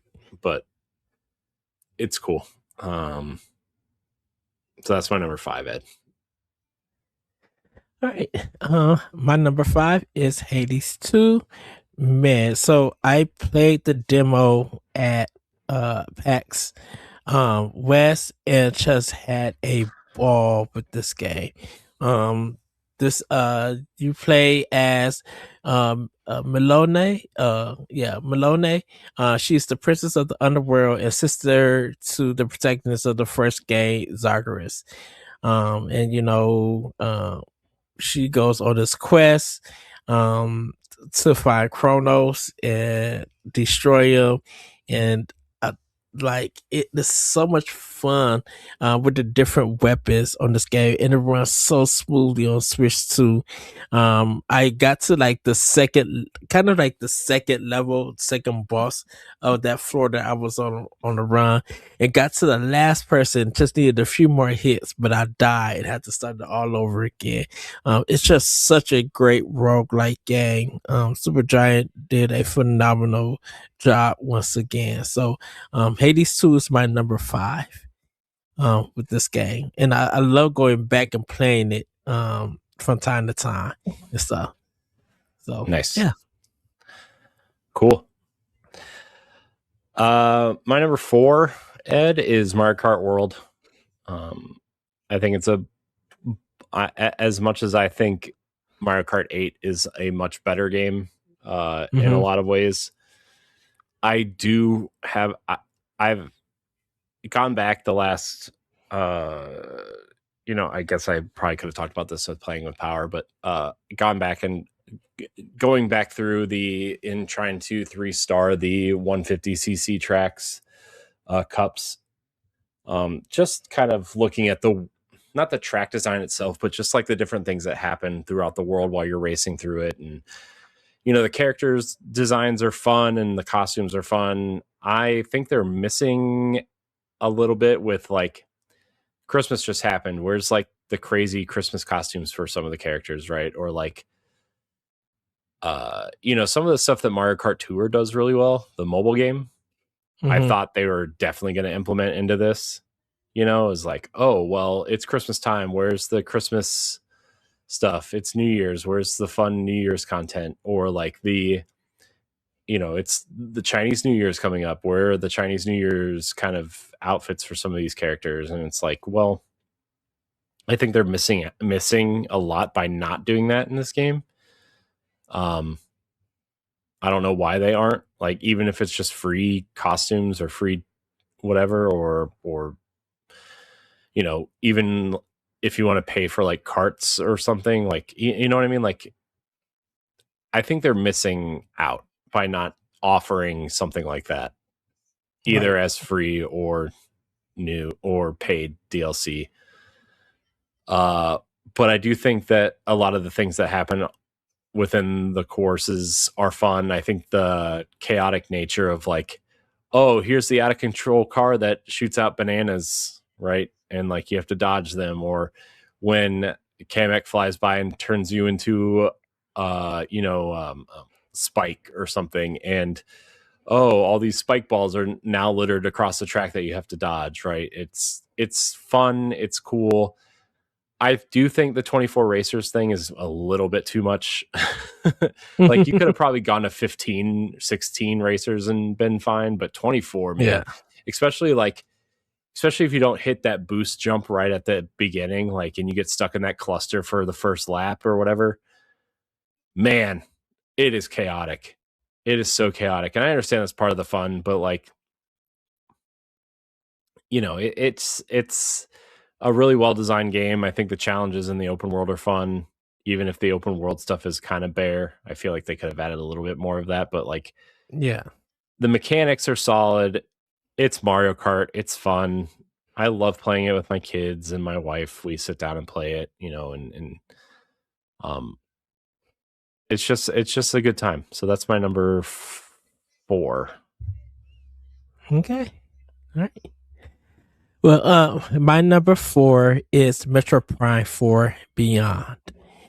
I love this game. I know it's, some people saying it's not their favorite. Some people, have made their opinions about this game well known.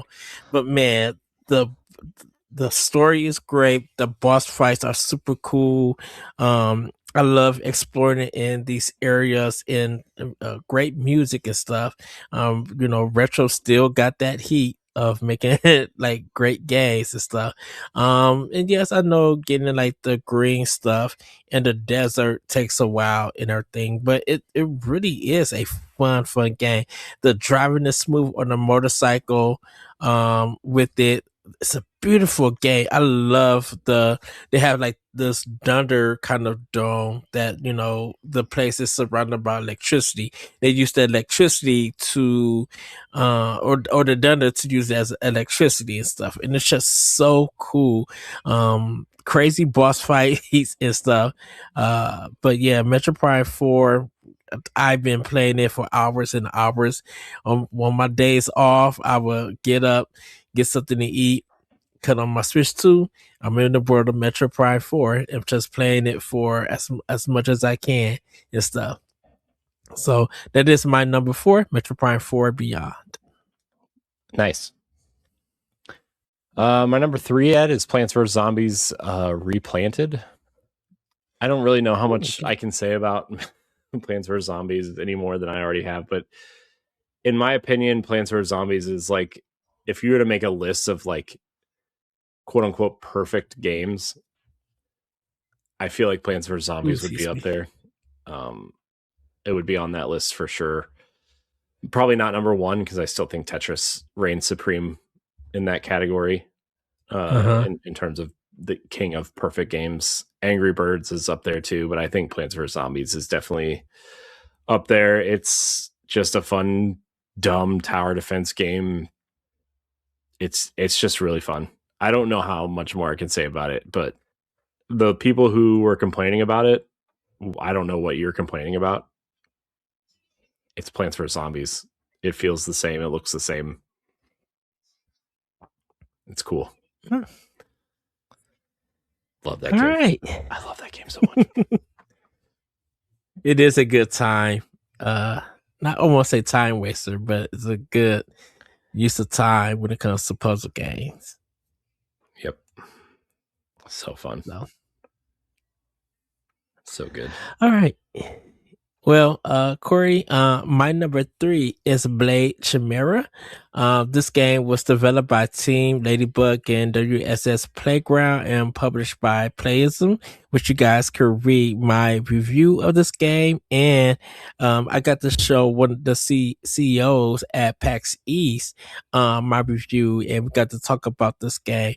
It is a 2D side-scrolling action game, like with Metroid gameplay. Man, I had such a ball. It's a cool concept because you could do melee or shooting. But you also get this sword that kind of protects you, and it's like kind of like a ghost in a sense. And it has the sci-fi setting with it, some secret bosses. You fight other stuff on the train, and it's a kind of like you're supposed to be defeating these demons and everything, but there is a reason why you're going to fight them and everything. But there's also something very sinister on behind the scenes going on. And so you play the game and you find out you can protect yourself with your sword, throw a shield on it.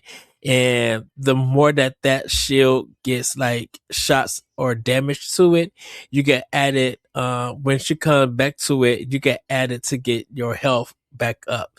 So it has that risk reward kind of system to it.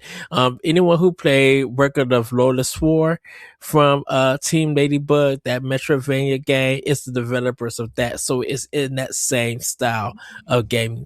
It's just so cool. And it does have a finale, like it does does wrap up and stuff. But I kind of hope that they make a part 2 to this game, because it's so good. I would love to see their adventures continue, in this world. So Blade Chimera is my number 3. If you guys want to learn more about it, you can go read my review on bossrush.net. Nice. So my number 2 is actually my Nintendo game of the year. Hyrule Warriors Age of Imprisonment is one of the best Zelda stories I think I've ever played through. I thought the story, I mean, it just continues the great storytelling from Tears of the Kingdom, right? Like Breath of the Wild told a good story, but I think Tears of the Kingdom was like, if you want, let me back up. If you want to experience the exploration and craziness of what Zelda has become, Breath of the Wild is the game that you should be playing, right? Yes. But if you want a great story and the feeling of modernized Zelda dungeons and interesting, new mechanics, like Tears of the Kingdom is where you should go. And like the story in Tears was great. And this just builds upon that in every single way. I think the combat is fun. I think they did a great job of making a quote unquote button mashy game feel like there's some strategy to it in terms of the combos that you use, the characters that you take out with you, or kind of the teams that you build to take out with you, right? Like I think there's a lot of I mean, it's not that strategic, but it makes you feel like there's some strategy to it. I love the character interactions and their relationships and their designs and exploring the sages, learning more about them, how Ganon kind of rose, out of nothing, essentially, right? Like he obviously, I mean, he was the leader of the Gerudo, right? But like, yeah, coming out of there and kind of becoming the Demon King in the Force that we kind of know in Breath of the Wild and Tears of the Kingdom, right? So I think it's awesome. Highly recommended. Even it's again, it's not a traditional Zelda game. It's literally a combat focused only game where it's a Muso game. It's Dynasty Warriors. You're killing hundreds of enemies at a time in like a 10-minute chunk. You're killing 1,000 enemies, right? Like it's not right. It's not strategic in that sort of way, but it is fun. It's really cool to learn about what's going on, and highly recommended. I've put 45 hours into the game so far. I'm still doing the extra challenges and trying to level everyone up to 100 and, kind of finishing off the map and everything. So, yeah, Hyrule Warriors Age of Imprisonment. It's an amazing game. Highly recommended. If you have a Switch 2, that's the game I would recommend right now getting for it over anything else, in my opinion. Okay. And my number 2 is Pipistrello and the Cursed Yo-Yo. I played this game. This is from Pocket Trap. I played this game at PAX East 2024. And I got to talk to one of the developers, and I got to play it when we were at Media Hour. And this is from PM Studios, who published it. These developers, they're from Brazil, and I got the controller in my hand. The guy said, like, "You want to play it?" And I'm like, "Yeah." And I start playing it. He started explaining it to me like they're going for the Game Boy Advance look and feel of like these Zelda games. And the moment I started playing and learning it and laughing at the graphics, I'm like, not only is this the game of the show, if it was supposed to come out last year, for PC on Steam, which I was going to get ready to purchase and stuff. It kind of would have been 2024. It was supposed to come out on Steam, and I was planning on like literally buying it on Steam because I told them, I'm like, not only is this my game of the show, literally at this point, it's up there to be my game of the year. When it came out. But it got delayed and they pushed it out to May, and I ended up ordering the physical version of the game that came from Canada, of all places, like the big collection. And I got the plushie and everything. Man, it's such a funny story, a great Zelda style adventure. And it takes place in the city. You are Pipistrello, who is visiting your aunt, who runs like the power company for the city. And yeah, she charges a lot of fees and stuff. But she's doing it with purpose. These bad guys want to be fought against her.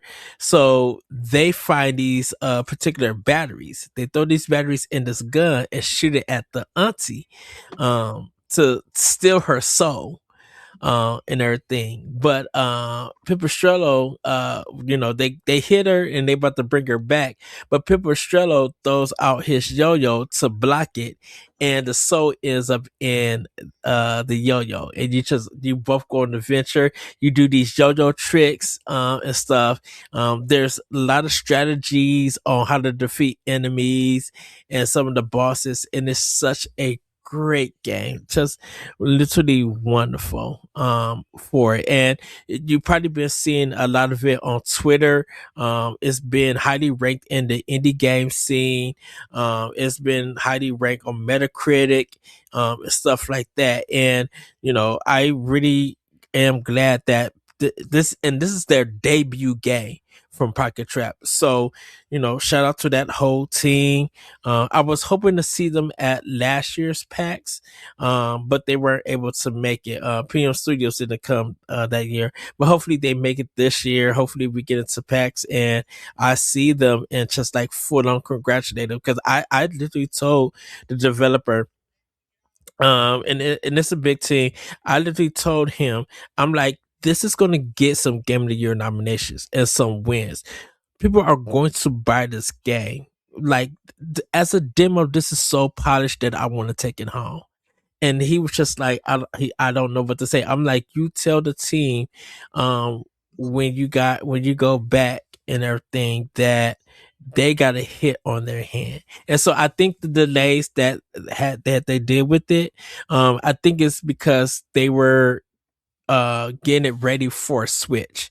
They was getting ready for console, because they literally just said, we may release this in August of Steam. We don't know yet, but that's our goal and stuff. And so playing it on Switch too, because I had it there.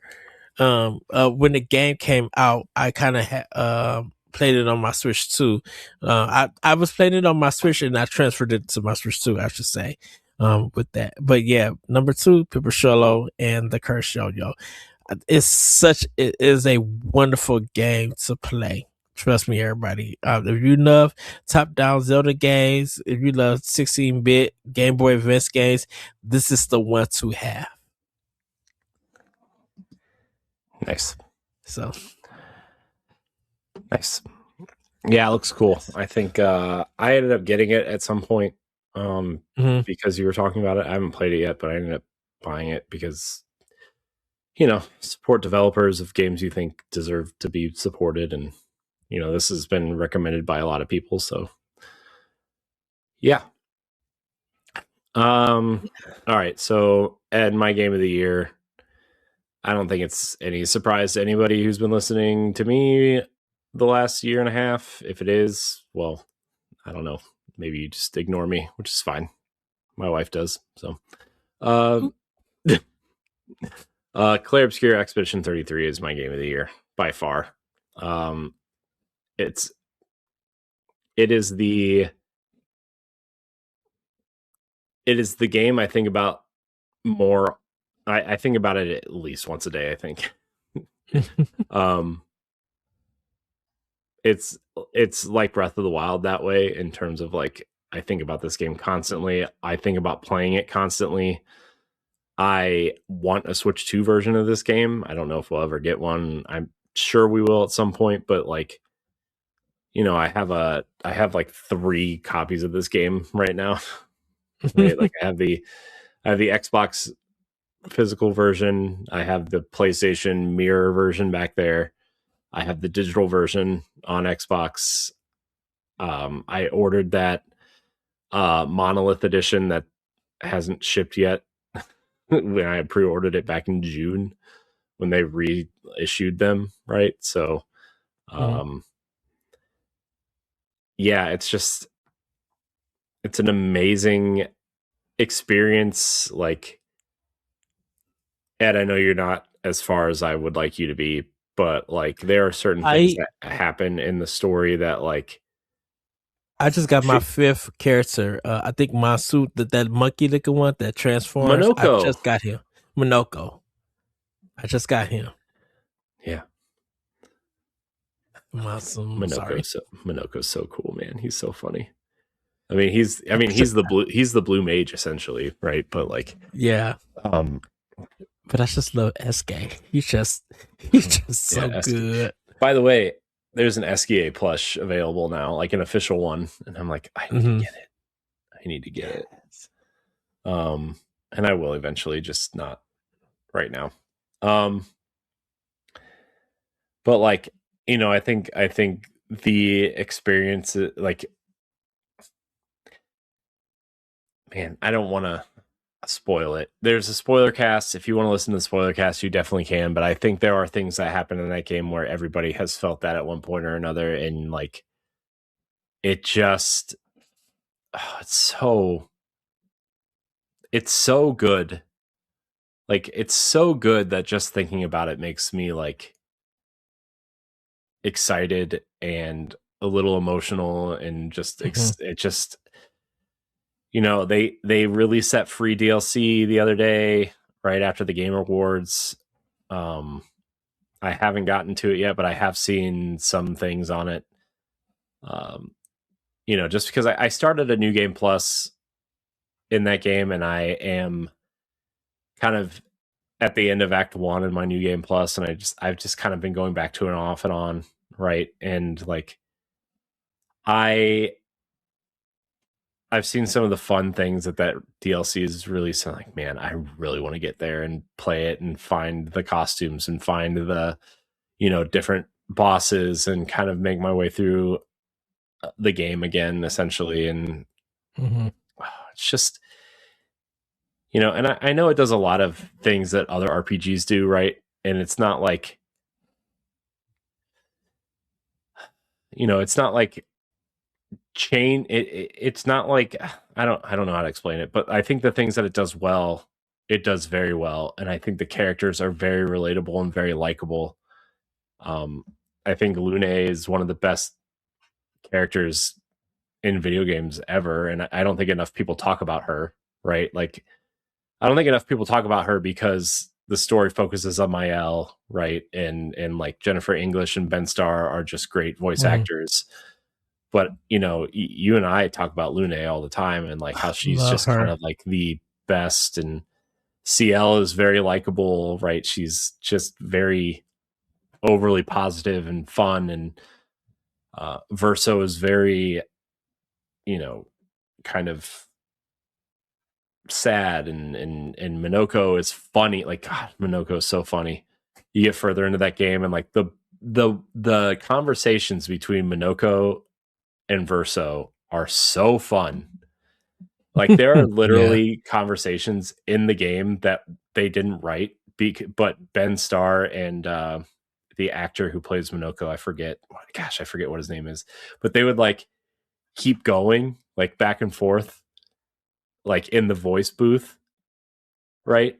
And just kind of riff off the jokes that they were telling each other, to the point where they're like, we should just put this in the game. And they did. And it's so fun. It's so fun. Like, right when you get him and he joins your party, he's like, I'm never going with you ever again on one of these adventures. And he's like, but they'll be fighting. And Minoko's like, oh, I do love fighting. You know, okay, and like, I'll go. Yeah. Dude, I seen that cutscene and fell out laughing. I'm like, this is full on Looney Tunes / Scooby Doo. It's so funny. Like, it's funny, right? And like, yes, there are so many points in this game where it's so heavy and so sad and emotional, but then there's like points of that, like, you're far enough to know, but like when you find Lune, when you get into the game, right, when you're like after the whole beach scene and you're Gustav and you're kind of walking through and you find Lune and you're looking for Mael again, right? And you're and like they're having that huge fight and Gustav's like, F the mission. And then like a half hour later at the bonfire, Lune's like, F the mission, really? Like, you actually said that, you know? Like, that's funny, you know? And like, there's just a lot of great things like that in the game. that because she's trying to keep Gustav focused, yeah. and it's just like we are on a mission, Mm-hmm.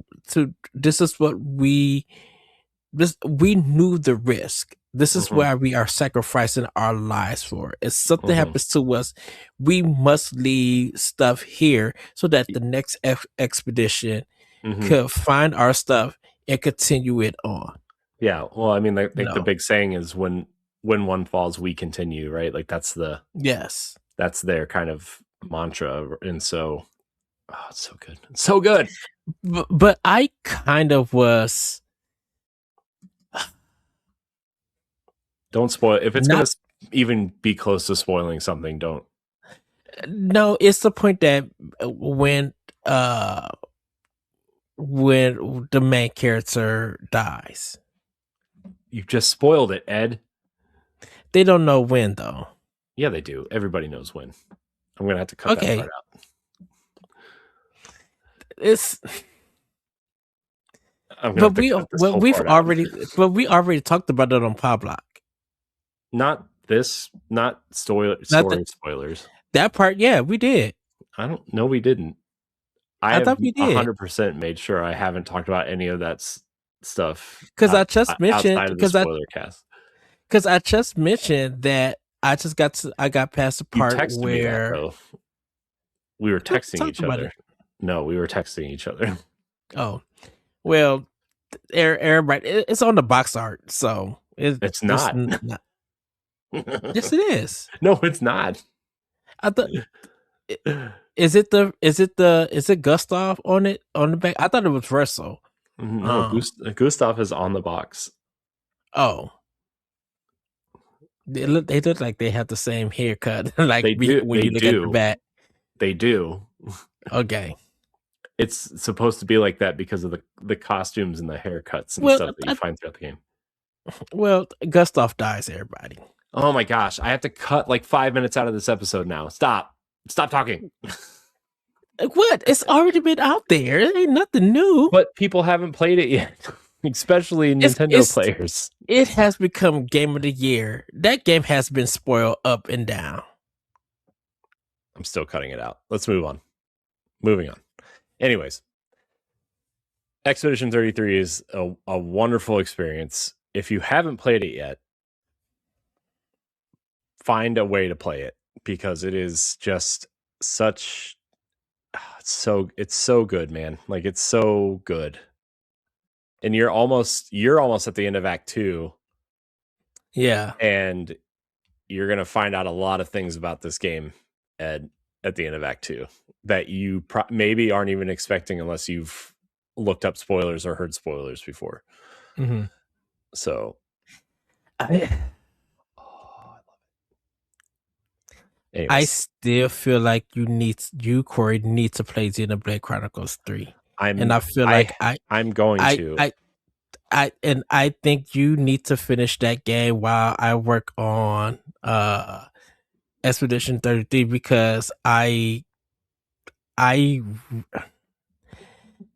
really feel, and I'm sorry everybody, I really feel that Xenoblade Chronicles 3 is somewhat better than Clear Obscure.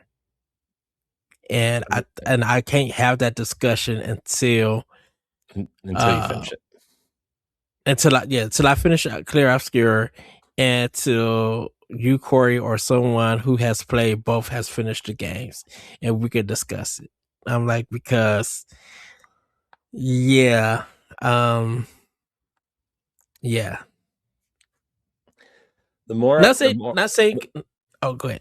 It's because you haven't you're not quite, I mean you are, but you're not quite to where this is what makes this game special. Mm-hmm. There is, and I'm sure there's a point in Xenoblade where you thought that too, where like it's good, and then you get to a point where like, oh yeah, this is great, and then there's a point where you're like, this is why, right? I feel like there's a lot of RPGs that have that. This is why people love this game.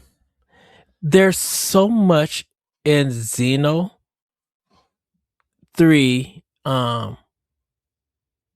within this cutscenes and within the story that will make you say, what? And it takes you for a ride, and it surpasses your expectations. Mm-hmm. And yeah, of course, some of the stuff that's in Xeno has been done in other RPGs, but it's like it's a bit. I think it's just a better build up with some of the narrative points at this, than Clear Obscure for me personally and everything. But I still need to finish Clear Obscure because I haven't. There's still some stuff, still some hidden stuff that's in the game that once it get revealed, I'll be like, I got it. I see. Now I know where you go for this. Now I know why this is emotional. Now I know why you set this up and everything. You know, Mm-hmm. and I can't wait to get there. I truly, I can't wait to get there. Oh, it's so good, man. I think there's also like a lot of like, I don't know. We did a whole spoiler cast on it. I'm not going to continue ranting here, but it's an amazing game. Everybody should try to play it if you can. I guarantee you there will be a Switch version announced by the time the 1 year anniversary of this game is out, which is what, April, I think. Yeah. So there will probably be at least one direct, maybe two by then, right? Like either like a main direct or like a partner showcase style thing that will be announced. It'll be announced, and I kind of feel like if they do one in February or do they do one in March, I think once they announce it, I think a month from that announcement it'll be out. well, I feel like they kind of have to do something soon because like what they need to announce like a release date for that Yoshi game, which I guarantee you, what Mario Tennis is February. Yeah, I feel like they're treating Final Fantasy VII as their January game, even though Animal Crossing comes out in January. The Switch 2 edition, at least. I feel like Yoshi's probably like March, April, May, somewhere in there. I feel like they need to have some release dates and some more, games that have release dates. Because like Fire Emblem needs a release date, which we'll talk about in a little bit. But like, Yeah, I feel like a Fire lot of Emblem stuff that was needs to like hurry up and come out. because I think Mario Wonder, Right, is in Mario Wonder will probably be March. March. Yoshi will probably be April. Fire Emblem May? You think Fire Ooh, Emblem is first half of the year? I know. I think Fire Emblem is probably August. I don't want to wait that long. Yeah, but see, it worked out for Nintendo when, um, But what works for me, Ed? You know what works for me? Fire Emblem right now. True, that is true. Because the last one was in January. Yeah, Engage was January. Engage was January. The Kobe Tecmo Fire Emblem. No, not Three Fates. Houses or Three Hopes? Three Houses. Three Houses was in August. No, Three Houses was in July because they sold out and they was trying to restock it in August because Astro Chain came out in August. Mm-hmm. That's right. Because it was Fire Emblem, Three Houses, Astro Chain, and then Link's Marvel. Well, Marvel Ultimate Alliance. Dude, that year was so stacked. I don't even want to like get into it at the moment, but like, yeah. So, I mean, we'll get into it in a little bit, but yeah, Expedition 33 is my game of the year. I think well-deserved game of the year. What's your number one, Ed? So my number one, not only for Pow Block, but also for my personal game of the year is Hyrule Warriors: Age of Imprisonment. Like I'm not going to even front. The story and the cutscenes, the characters you love. Raru was just like, I don't care if he was OP. He was such a great character to play.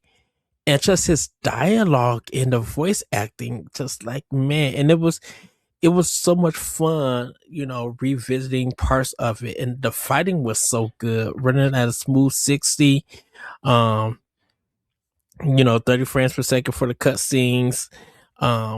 Like I never lost any battles and everything. I literally just poured so much time. It was like a game that I played at work on the train. That I played at home. It was just like, even me and you, Corey, discussed it and argued at some points. Because of Tears of the Kingdom, everybody, not because of the game itself. I came away from that game with just like, why wasn't this a 9 or 9.5? Why does this game not give any love? Because it's just a Warriors game. It felt more than that.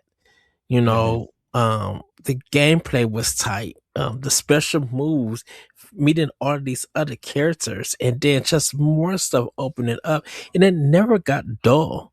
You would spend 7 to maybe 15 minutes, depending on what kind of, if you was doing a side quest or you was doing a story mission. It never felt dull. And switching to the characters was always smooth.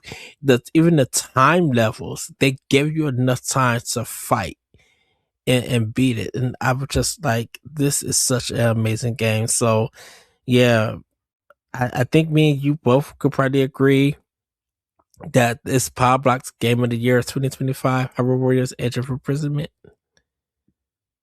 Yeah, I mean, I think it's definitely Nintendo's best game of the year by far. Yeah. No question.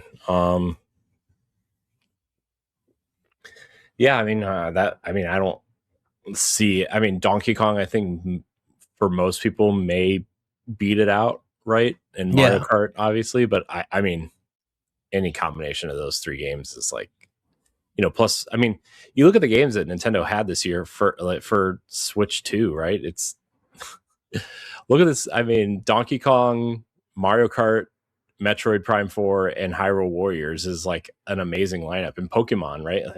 ZA, like, I mean, I know people have mixed opinions on that specifically, but like, but it's true, that game was still selling. Man, it's Nintendo had I feel like Nintendo quietly had a great year. Great. Mm-hmm.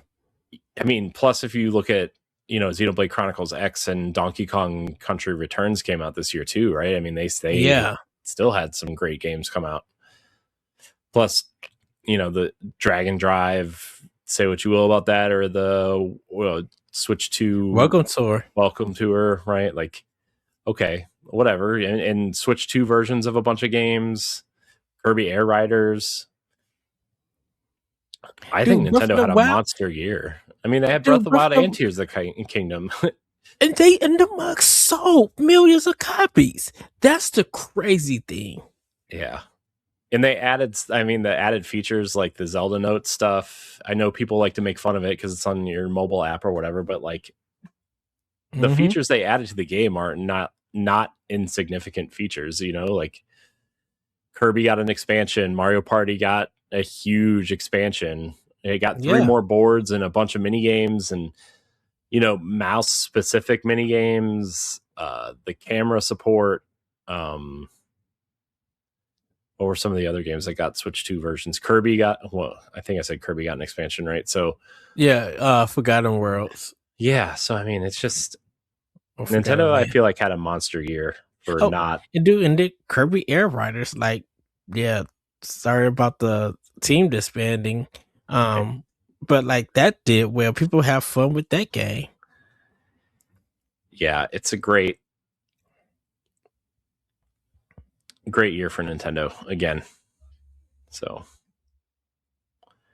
congratulations to Nintendo. I thoroughly enjoyed my year with Switch 2. I mean, since the system came out, I don't think I haven't played very much of anything else. I played through the Destiny campaigns, right? Which was a handful of hours at the most, maybe 10 hours at the most.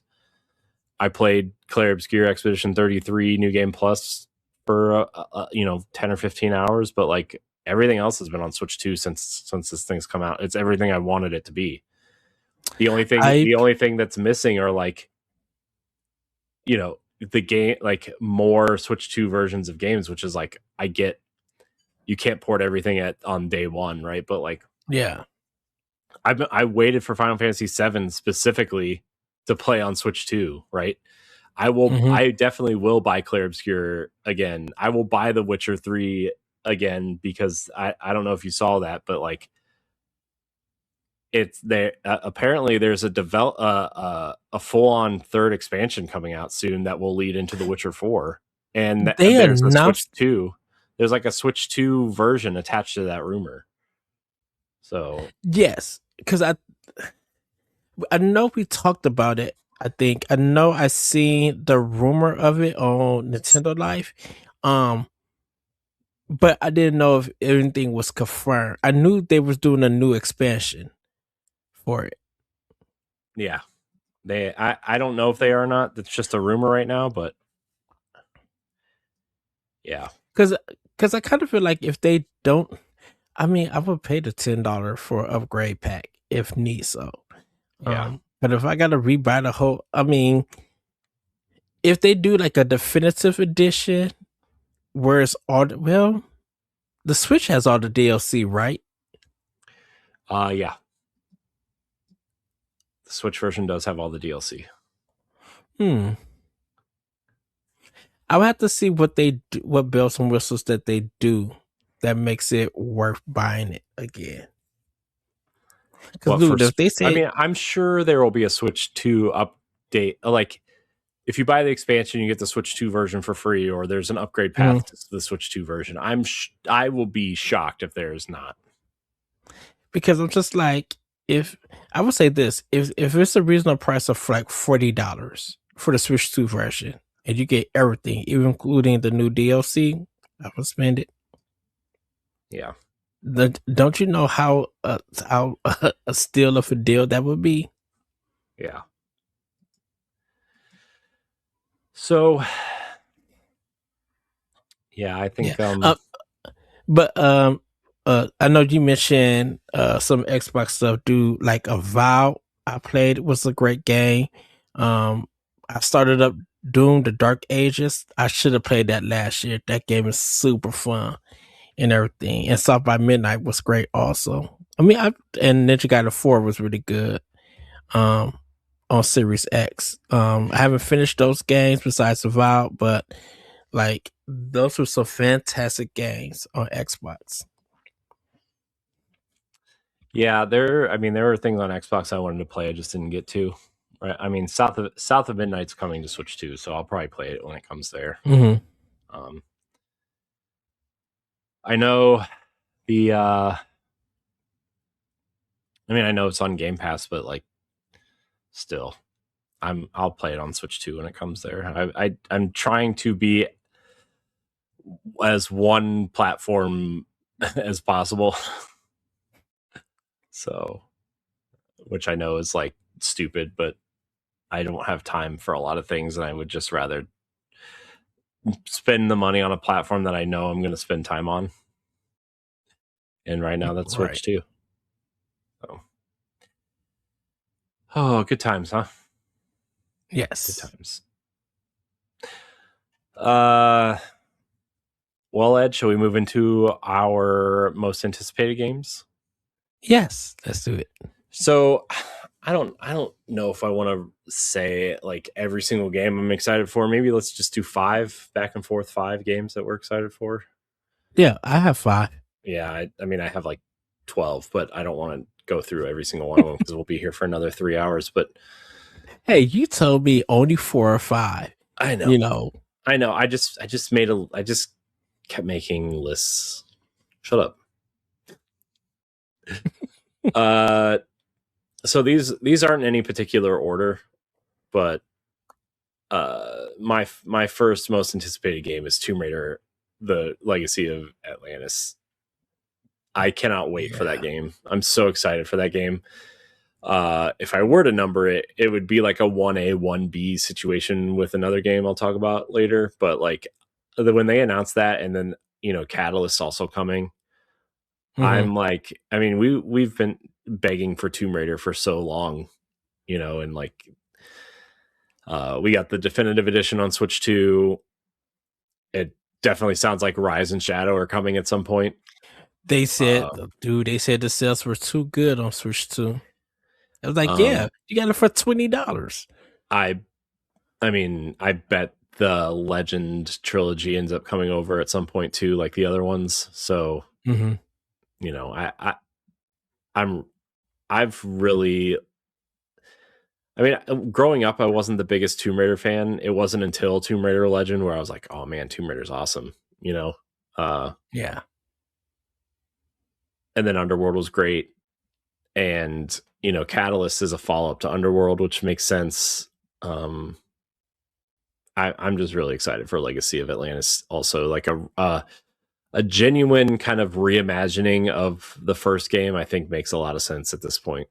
If you're gonna try to get new people in, but also go play the newest trilogy. It's so good. Yeah. Definitive, Rise, and Shadow, all good. Love Shadow when she just comes out that water. That whole set piece. That's like good. It's one of the most it's one of the most iconic scenes nobody ever talks about, and it upsets me. It's so good, man. It is. Like just seeing that scene play out makes me want to go play that game again, even though that scene is like 15 hours into the game. Because it's just so like me and you both can agree. We both love Rise, and Rise is just like, to me, Rise is a perfect 10, and Shadow is up there, dude. And if you own a Series X, update that game to that version, because it's that's a perfect 10 also. Yeah, I think PS5 got that version too. Yeah, but man, that scene was just like, idols of them, or not idols, Crystal Dynamic. Oh, y'all clown with this one, and it's just so much fun. It's so good, man. It's just, it's so good. I guess it's your turn, right? Yes. So I'm just gonna start with my number 5, which is Pragmata. Capcom just announced this at the Game Awards, and when they mentioned the Switch 2 version, I'm like, oh yeah, I'm definitely about to get this game. It's been through many delays and stuff. I have watched the collection trailer of all the delay stuff, and then they showed it off there. Hopefully, we get a demo. And people who's been listening to Pow Block knows that when me and Corey talked like weeks ago, Capcom is kind of probably going to do what Square Enix and Ubisoft. I think they're going to be a big contributor to Switch 2, because I would argue they both already have been, right? I mean, Ubisoft has what, 2 major essentially open world games, right? So, and they said the sale numbers been good with that. So I think with Capcom, I think they're going to jumping on the bandwagon, because I think they just seeing. Well, Capcom has Street Fighter already, right? They announced Mega Man for it, you know, and Monster Hunter Stories 3, right? So that, I mean, they have 3 games already. And then, you know, Pragmata is obviously like the big AAA game that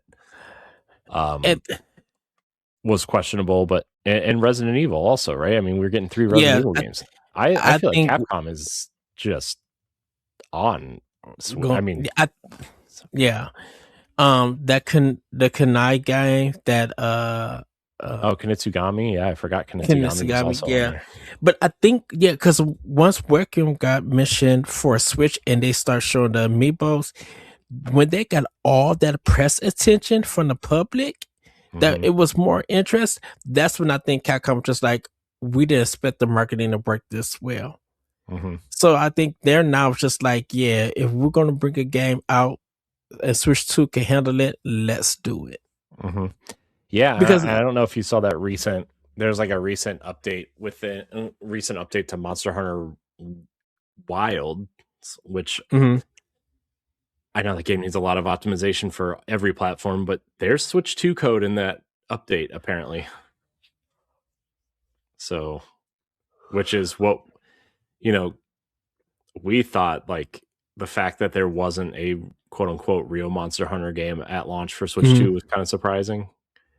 I mean, even if it was just like a Rise update for Switch 2 or something. That's what we was thinking of. We was thinking, because even me and LeBron talked about this back in the past, that like Nintendo would be the experiment Monster Hunter games, and then Xbox and PlayStation would get those experiment games, but also get the new ones, you know, and stuff. But maybe not. Yeah, I don't know. I mean, Monster Hunter Rise has to run on a Series S, and Switch 2 has already proven that it runs games better than the Series S. So it's not that far fetched, in my opinion. Will it run great? I don't know, but it could run. I also think you have to consider that 90% of the people that have a Switch probably play it portably for the majority of the time. So, like, the fact that it could run at 720p at 30 frames a second might be okay with some like downgraded textures, the way that Star Wars Outlaws runs. Yeah. And they obviously already have the engine running on Switch 2 with the Resident Evil and Street Fighter, so because it runs on that engine. So the Monster Hunter engine. Yeah, the RE engine, yeah. RE engine, yeah. What did I say? Monster Hunter did the RE engine. Oh, because it's late and we're both tired because we're, I don't know, workaholics. Well, Corey, what's your number 4? Oh man, my number 4 is Super Meat Boy 3D.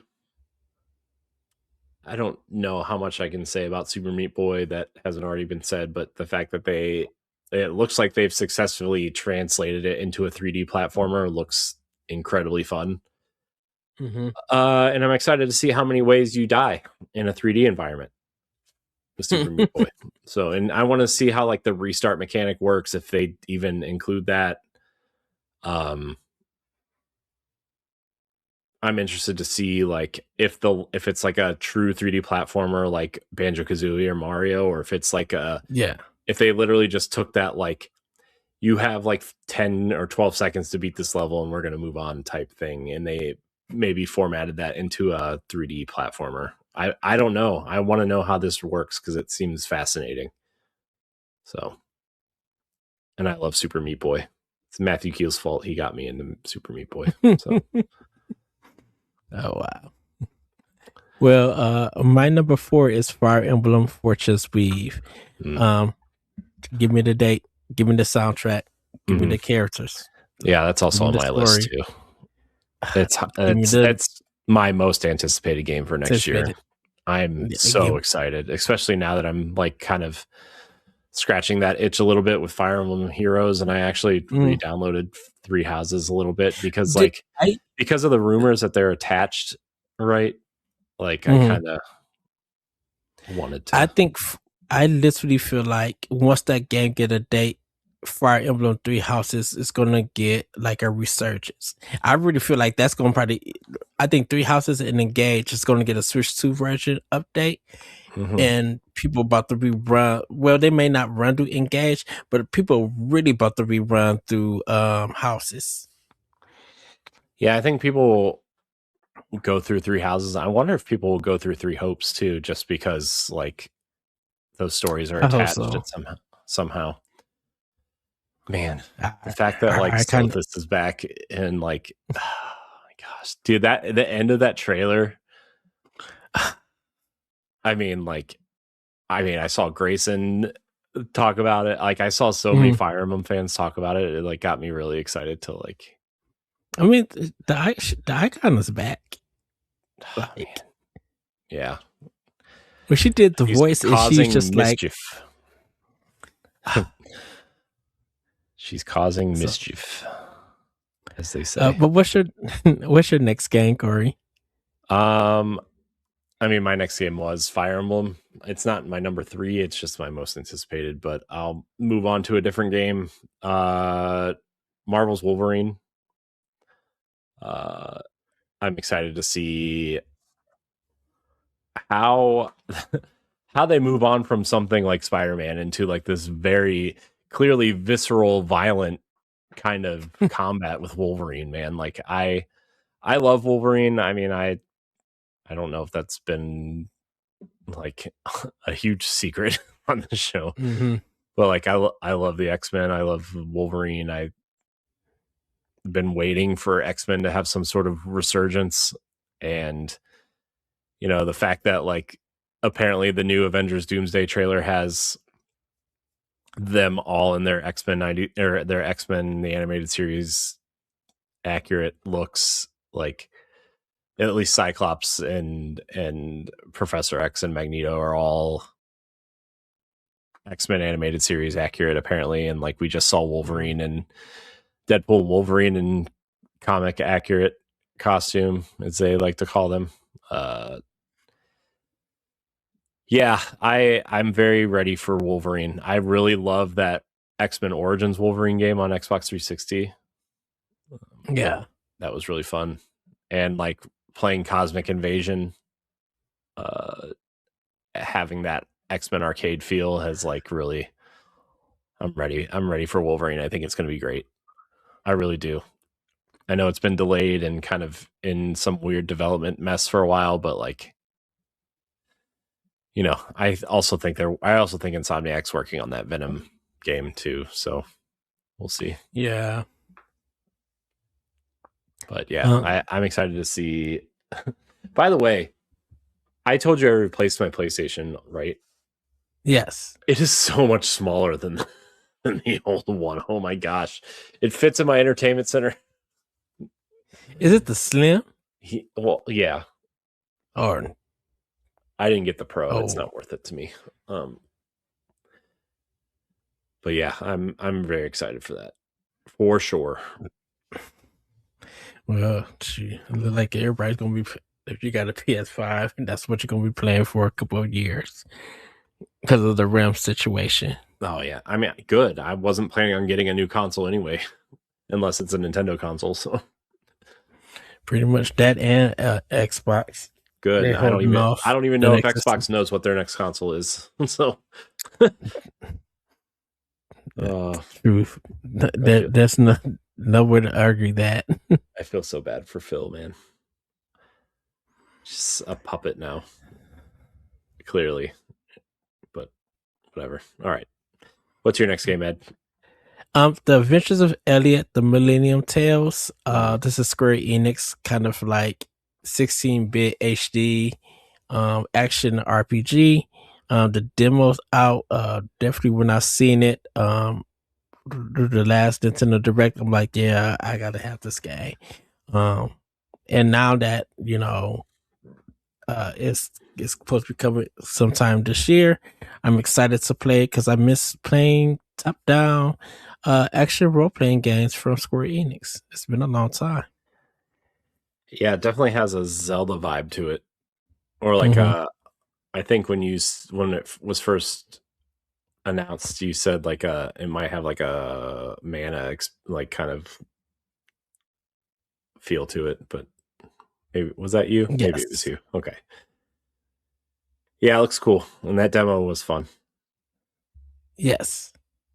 So I'm excited to play that.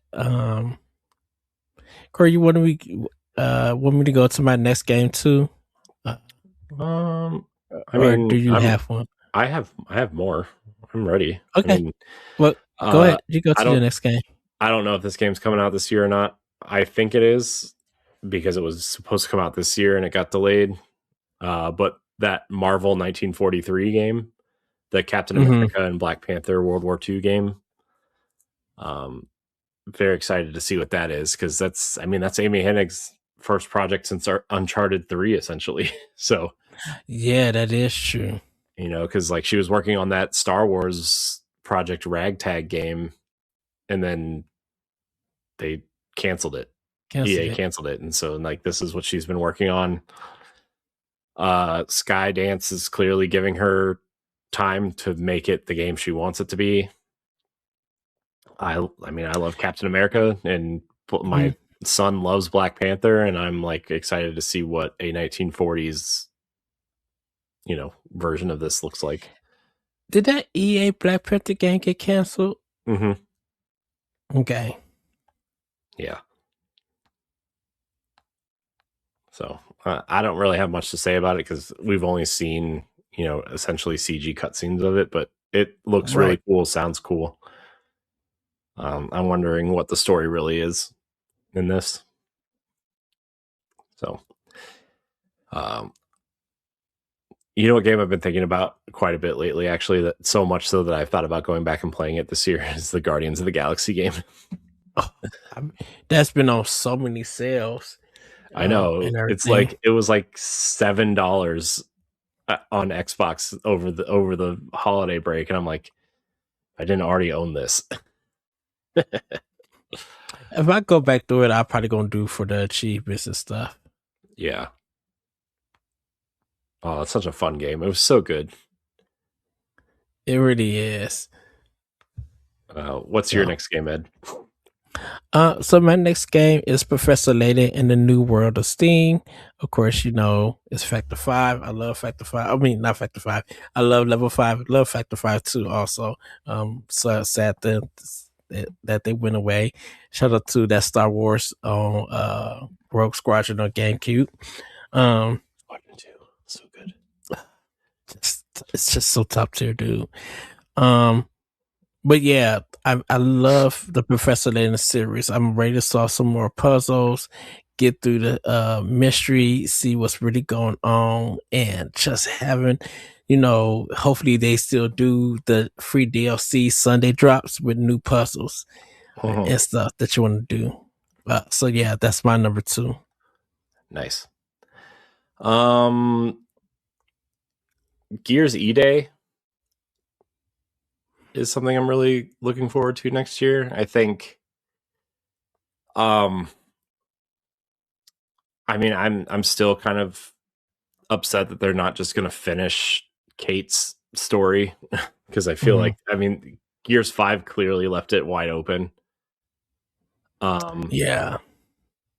And I wonder if they'll ever revisit it. I wonder if they'll do like, my thought is that they will do, let me back up a little bit. They've been working with People Can Fly on stuff Microsoft has, right? And what my thought is that the Coalition and People Can Fly will collaborate on Gears 6 while the Coalition will be the primary studio for these prequels. That's what I think. I think People Can Fly. I mean, they have experience with Gears, right? Outriders was essentially a Gears game with superpowers, right? Yeah. Which I actually think with Kate's story, slight spoilers for Gears 5, I guess, like that sort of almost superpowery type thing might actually work for Kate in a way. Like that style game, not as crazy as Outriders was, right? Because I mean, you're like doing Destiny supers out there, right? But like, I think if you added a little bit of like magic or whatever to Kate, I think that would make a little bit of sense. Or like, not magic essentially, but like different types of powers that maybe, I don't know. I feel like the Outriders kind of assessment would make more sense for Gear 6 while the Coalition works on a more grounded version of Gears for the prequels. Yeah. So we'll see. But Gears E-Day, like, it's nice to see Marcus and Dom again. I get it. But like, I feel like I was so invested in Kate's story that like I wanted to see how it ended, or if it did end, or if there was, going to keep going. I kind of shocked that they just even switched the whole trilogy from 4 to 6 or 4 and 5. because I thought it was supposed to be JD's story, and they switched it. They made it more about Kate. Yeah, which I don't know if that was the right decision or not, but like that story, the ending of 4 at least had to make the story about Kate in Gears 5, right? Like, even if you didn't play as Kate, which, spoilers, you play as Kate through almost all of it, the story had to be about her. So, like, it made sense to play as her, I guess. But I didn't mind it. I like Kate. I think she's a great character. And if you played Gears Tactics, like, you learn a little bit more about her family lineage, at least. So, like, I don't know. I liked it. I know some people have their problems of like, they had like that weird Star Wars-y kind of, oh, here's the new cast, but remember the old characters? Here they are, right? But like, Yeah, I don't know. I liked 6 a lot. I wish they would have kept going. Or I liked 5 a lot. I wish they would have kept going with 6. But my theory is that the coalition will work on these on E-Day, and like I bet the whatever E-Day is will turn into a trilogy that leads into 1. And then People Can Fly will make 6, is my opinion, and whatever comes after. But I guess it depends on how well Gears E-Day does, right? Because like, I feel like Reloaded didn't sell very well. I mean, everybody on Xbox got it for free in one form or another, right? So like, you're really counting on those sales from the PlayStation audience, which, I don't know how well it sold on PlayStation, but they said it did okay on PlayStation, but it didn't do like Forza Horizon or Hi-Fi Rush kind of numbers. Yeah, which I didn't expect it to, right? But I did. I thought they was going to be doing it. I expect E-Day to do much better than Reloaded. That's just my opinion. I don't know. Because I thought that all the Microsoft stuff that will become the PlayStation stuff would do better because of the PlayStation community, kind of, or for some of the gamers, saying that now that your game is coming to our system, we're going to support it. We got your games now. Well, they have for everything else except for Pentiment. Pentiment didn't sell well anywhere, but I mean, Sea of Thieves and Forza did amazingly well. Grounded did well. Hi-Fi Rush sold respectably. I wouldn't say well, but I think it did respectably. So, I don't know. I feel like it did okay. But Gears was like the one that I'm like, that's interesting. But also, it's a re-release of a re-release of a remake of a remaster. Right. I mean, how many times can you re-release the same game, right? I think the Halo remake is going to have this problem too. I was going to say Grand Theft Auto 5, but I'm just like, they got to re-release on so many platforms. Nothing really changed. Yeah. But yeah, I'm excited for E-Day. I think it's going to do pretty well. And I'm excited to see what happens moving forward. Okay. Corey, quickly, my last one is Yoshi and the Mysterious Book. Everybody knows. Yeah, everybody knows I love Yoshi's Crafted World. And so I'm seeing this game, I was just like, yeah, this is my most anticipated. It's a must have. Like, that's no end. It's a buzz about it. Yeah. I mean, that's my son and I obviously have been playing through Yoshi's Crafted World, and so a new Yoshi game will be great for us to play together. I'm very excited for that, just from that experience alone. Yeah. So, and I just really kept it like Nintendo, like, because I think Okami is not until next year, I think. I mean, they Okay, me just too. started development on that game right before the Game Yeah. Awards last year, so I would imagine that's a 2027 game at the very 7. earliest, probably 28. Yeah. So So I really wish that Vanquish would get a sequel, but we got to hey, see what it might. Platinum Games do with Sega and with Nintendo. Vanquish is so good. Vanquish is so good, man. Yeah. All I right, played well, that so much on PS3. oh, it's so good, man. So good. I mean, I guess my I'll Oh, you throw can run some. down the rest of your list I if you mean, want to. the only other two that I like really think are worth mentioning that you haven't mentioned, Fable. I think the new Fable game is going to be great. I'm excited for that. And then 007 First Light, to throw something in there that's coming to Switch too. Yeah.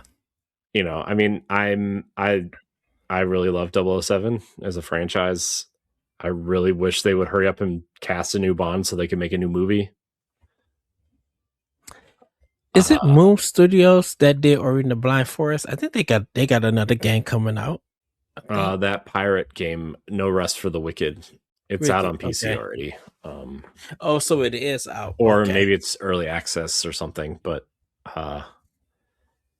it's out in some form.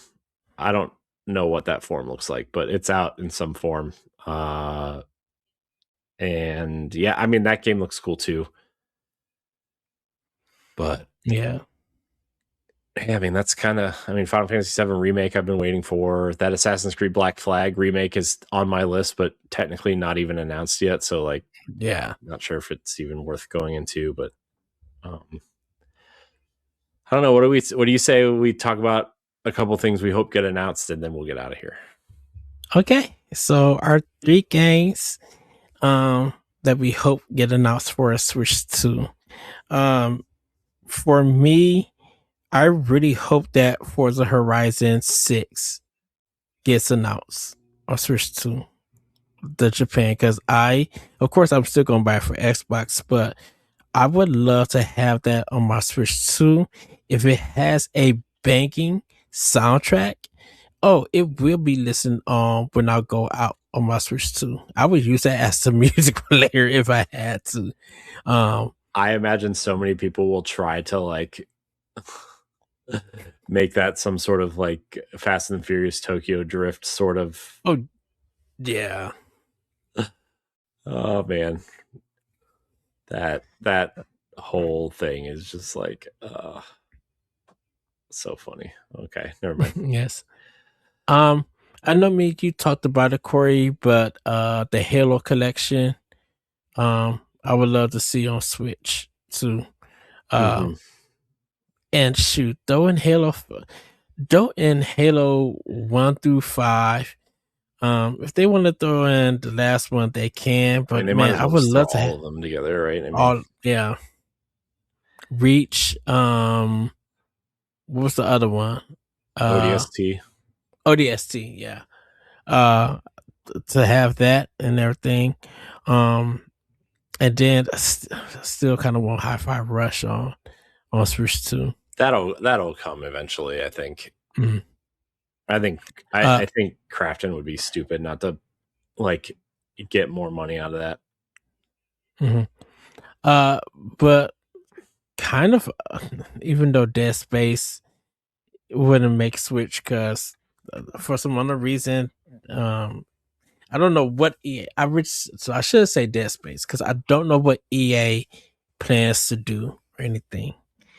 I mean, you could list all of EA's games for Switch 2, right? I mean, you could list Mass Effect Legendary Edition, you could list Dragon Age, Veilguard and Inquisition, you could list Star Wars, Jedi Fallen Order, and Survivor, Dead Space remake. I mean, Madden is already on there, so NCAA football, like EA's whole slate could be on there. Madden apparently sold really well, and Nintendo, I don't know if I told you this, but Dude, every weekend I watch the Browns, and every weekend I see 4 or 5 Madden commercials, and they're all Switch 2 commercials. Every single one of them are Switch 2 commercials. Really? Yep. In the FIFA commercials I see, all Switch 2 commercials. Is it like is it with the Nintendo Snap, or is it like just a regular EA commercial and then No, the it's Switch a version it's a Nintendo. They are playing Nintendo Switch versions of the game, and they are Nintendo Switch commercial. It says "Take Madden Anywhere" on Nintendo Switch 2 at the end. Oh, wow. It is a full-on Nintendo commercial for Madden. That's interesting. Well, shoot. Then I'm just gonna say Control Resonant. I would love to see that get announced for Put the Switch first one on there. Take out the cloud version. Actually, you know what? Give him Ultimate Control, the Ultimate Edition. That's what I'm with saying. all the DLC and everything. I mean, Alan Wake Remastered's already on there. You might as well. Heck, I mean, put Alan Wake 2 on there. I won't buy it, but somebody will. Fix the enemy hit. You know what? Save put in some more ammo. ammo. Put it on Switch 2. We don't need that.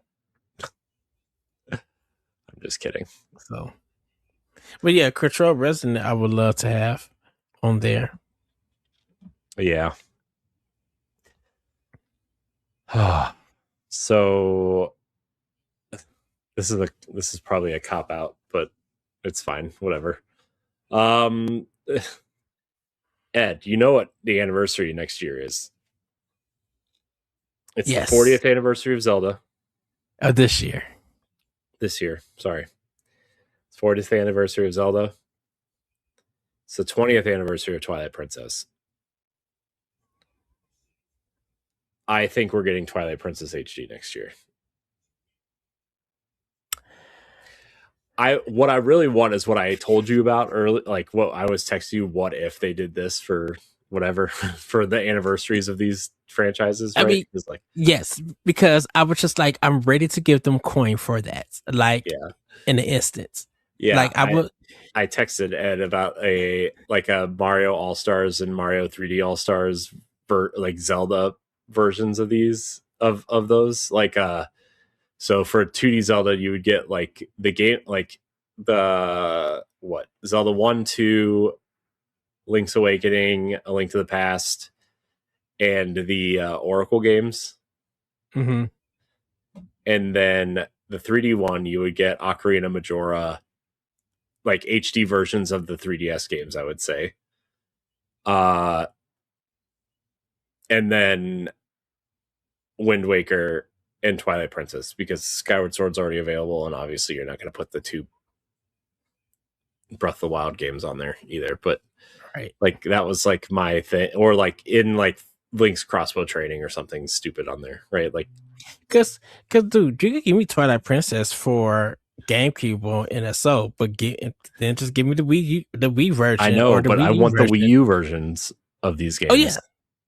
I cannot tell you how superior, as somebody who has their Wii U still hooked up and showed my kids Wind Waker HD maybe like a month ago, how much better the HD version looks on the Wii U than the GameCube version does. Like, no offense, and it's great that it's on there, but like Wind Waker, man, Wind Waker HD looks phenomenal. That's all I'm saying. Crazy, yeah. Because you said that would be its own pack. Like, did you say the HD? Was Twilight Princess combined with the Wind Waker HD, the Wii U games? I said the 4 3D games, so it would be Wind Waker, or it would be Ocarina Majora, Wind Waker, and Twilight Princess all in one box set for $70 or $80. You know, even if they're the N64 versions of. Or you know what you could do? You could put Master Quest on there. But my hope is that we at least get Twilight Princess HD announced. Which, here's what's going to happen, Ed. You watch. This is going to happen. You're going to hear the theme. You're going to hear Midna's theme song, play, you're going to see Midna, and then it's going to zoom out, and it's going to be the NSO version of the GameCube version on a Switch 2. And that's what you're going to get for the 40th anniversary of Zelda. And I'm going to cry really hard. But then what if it fades and they said, or, and then it shows Wind Waker HD on Switch 2, where even more quality of life. I mean, that would be fun. Dude, if we get one of those next year, I would be fine with it. I'm just saying there's 2 anniversaries that line up perfectly for Twilight Princess next year. I'm just saying this now. That Nintendo Direct reaction, you better hold off to it till I get home from work.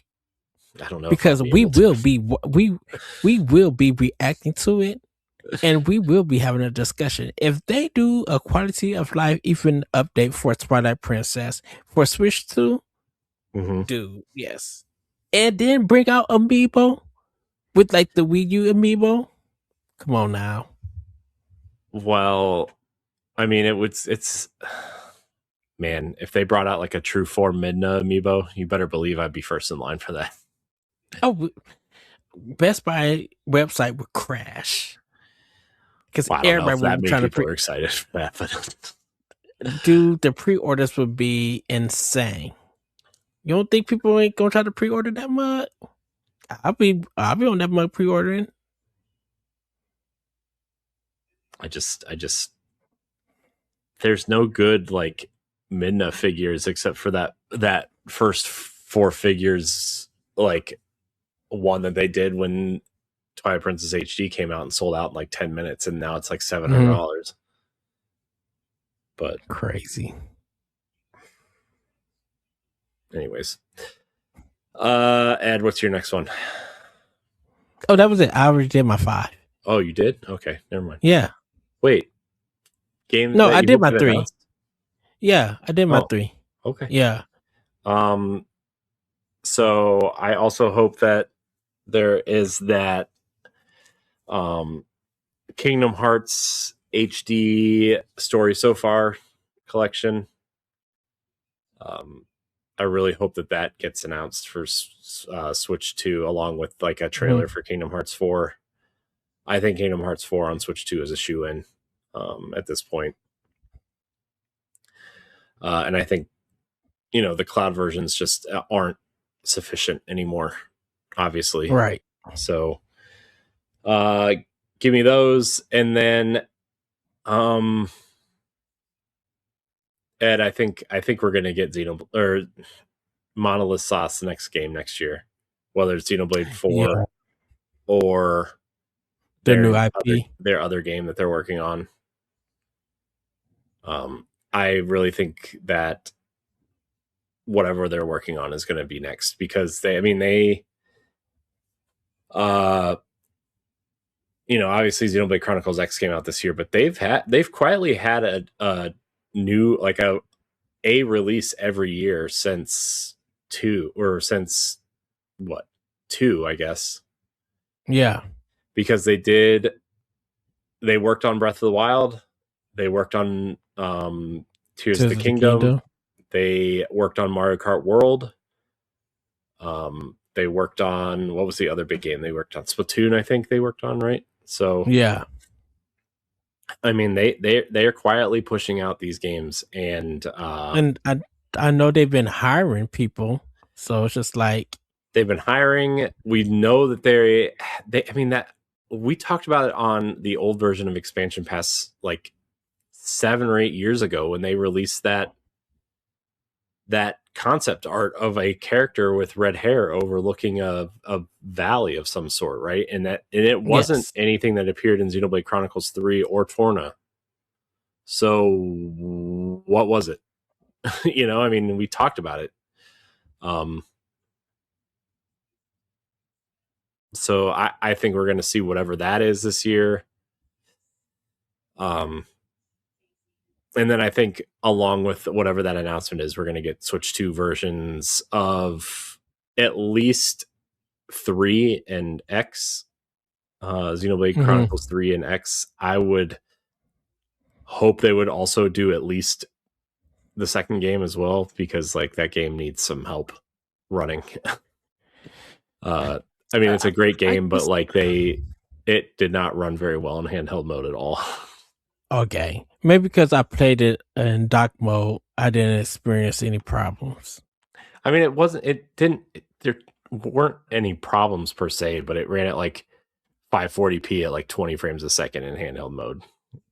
Okay. So, well, maybe we'll find out this year if it runs better on Switch 2, because I'm gonna try to play it this year. Yes. But that's kind of where I'm at. It's just kind of like to throw this out there. I also think we're gonna get the other two Metroid Prime games this year. At some point. I think it depends on how well Metroid Prime 4 sold, but I think the other two are going to be released at some point. I wonder if we're going to get Metal Gear Solid Delta, and will we get some kind of Metal Gear Solid game? Will we get Twin Snakes or something? No, you're not going to get Twin Snakes, but I think you're going to get that, whatever that Volume 2 collection is. Yeah, because I know Bloober Team is working on some game exclusively for Switch. And Switch 2. I know Konami got a game ready to announce, but and show off, but that'll probably come later and stuff. Yeah. But yeah, we shall see what happens and everything. Yep, we'll see. Switch 2 is gonna have a big year, man. I feel it. I feel like there's not gonna be a whole lot of room, at least in my life, for anything else for a while. So some people feel like with the delays of Grand Theft Auto 6, they said they think that they're making a Switch 2 port of it. Yeah, so that's why I've heard that too. I heard that they are really, and that's why they're like that's why they ported Red Dead 1 to Switch 2, and that's why we're going to get the Red Dead 2 port early next year for Switch 2, or this year, I guess. Man, still, I can't believe it's 2026 already. Like, I think we're going to get that Red Dead 2 port this year. I doubt we'll get any more Grand Theft Auto this year, but like, I mean, that trilogy is on sale all the time.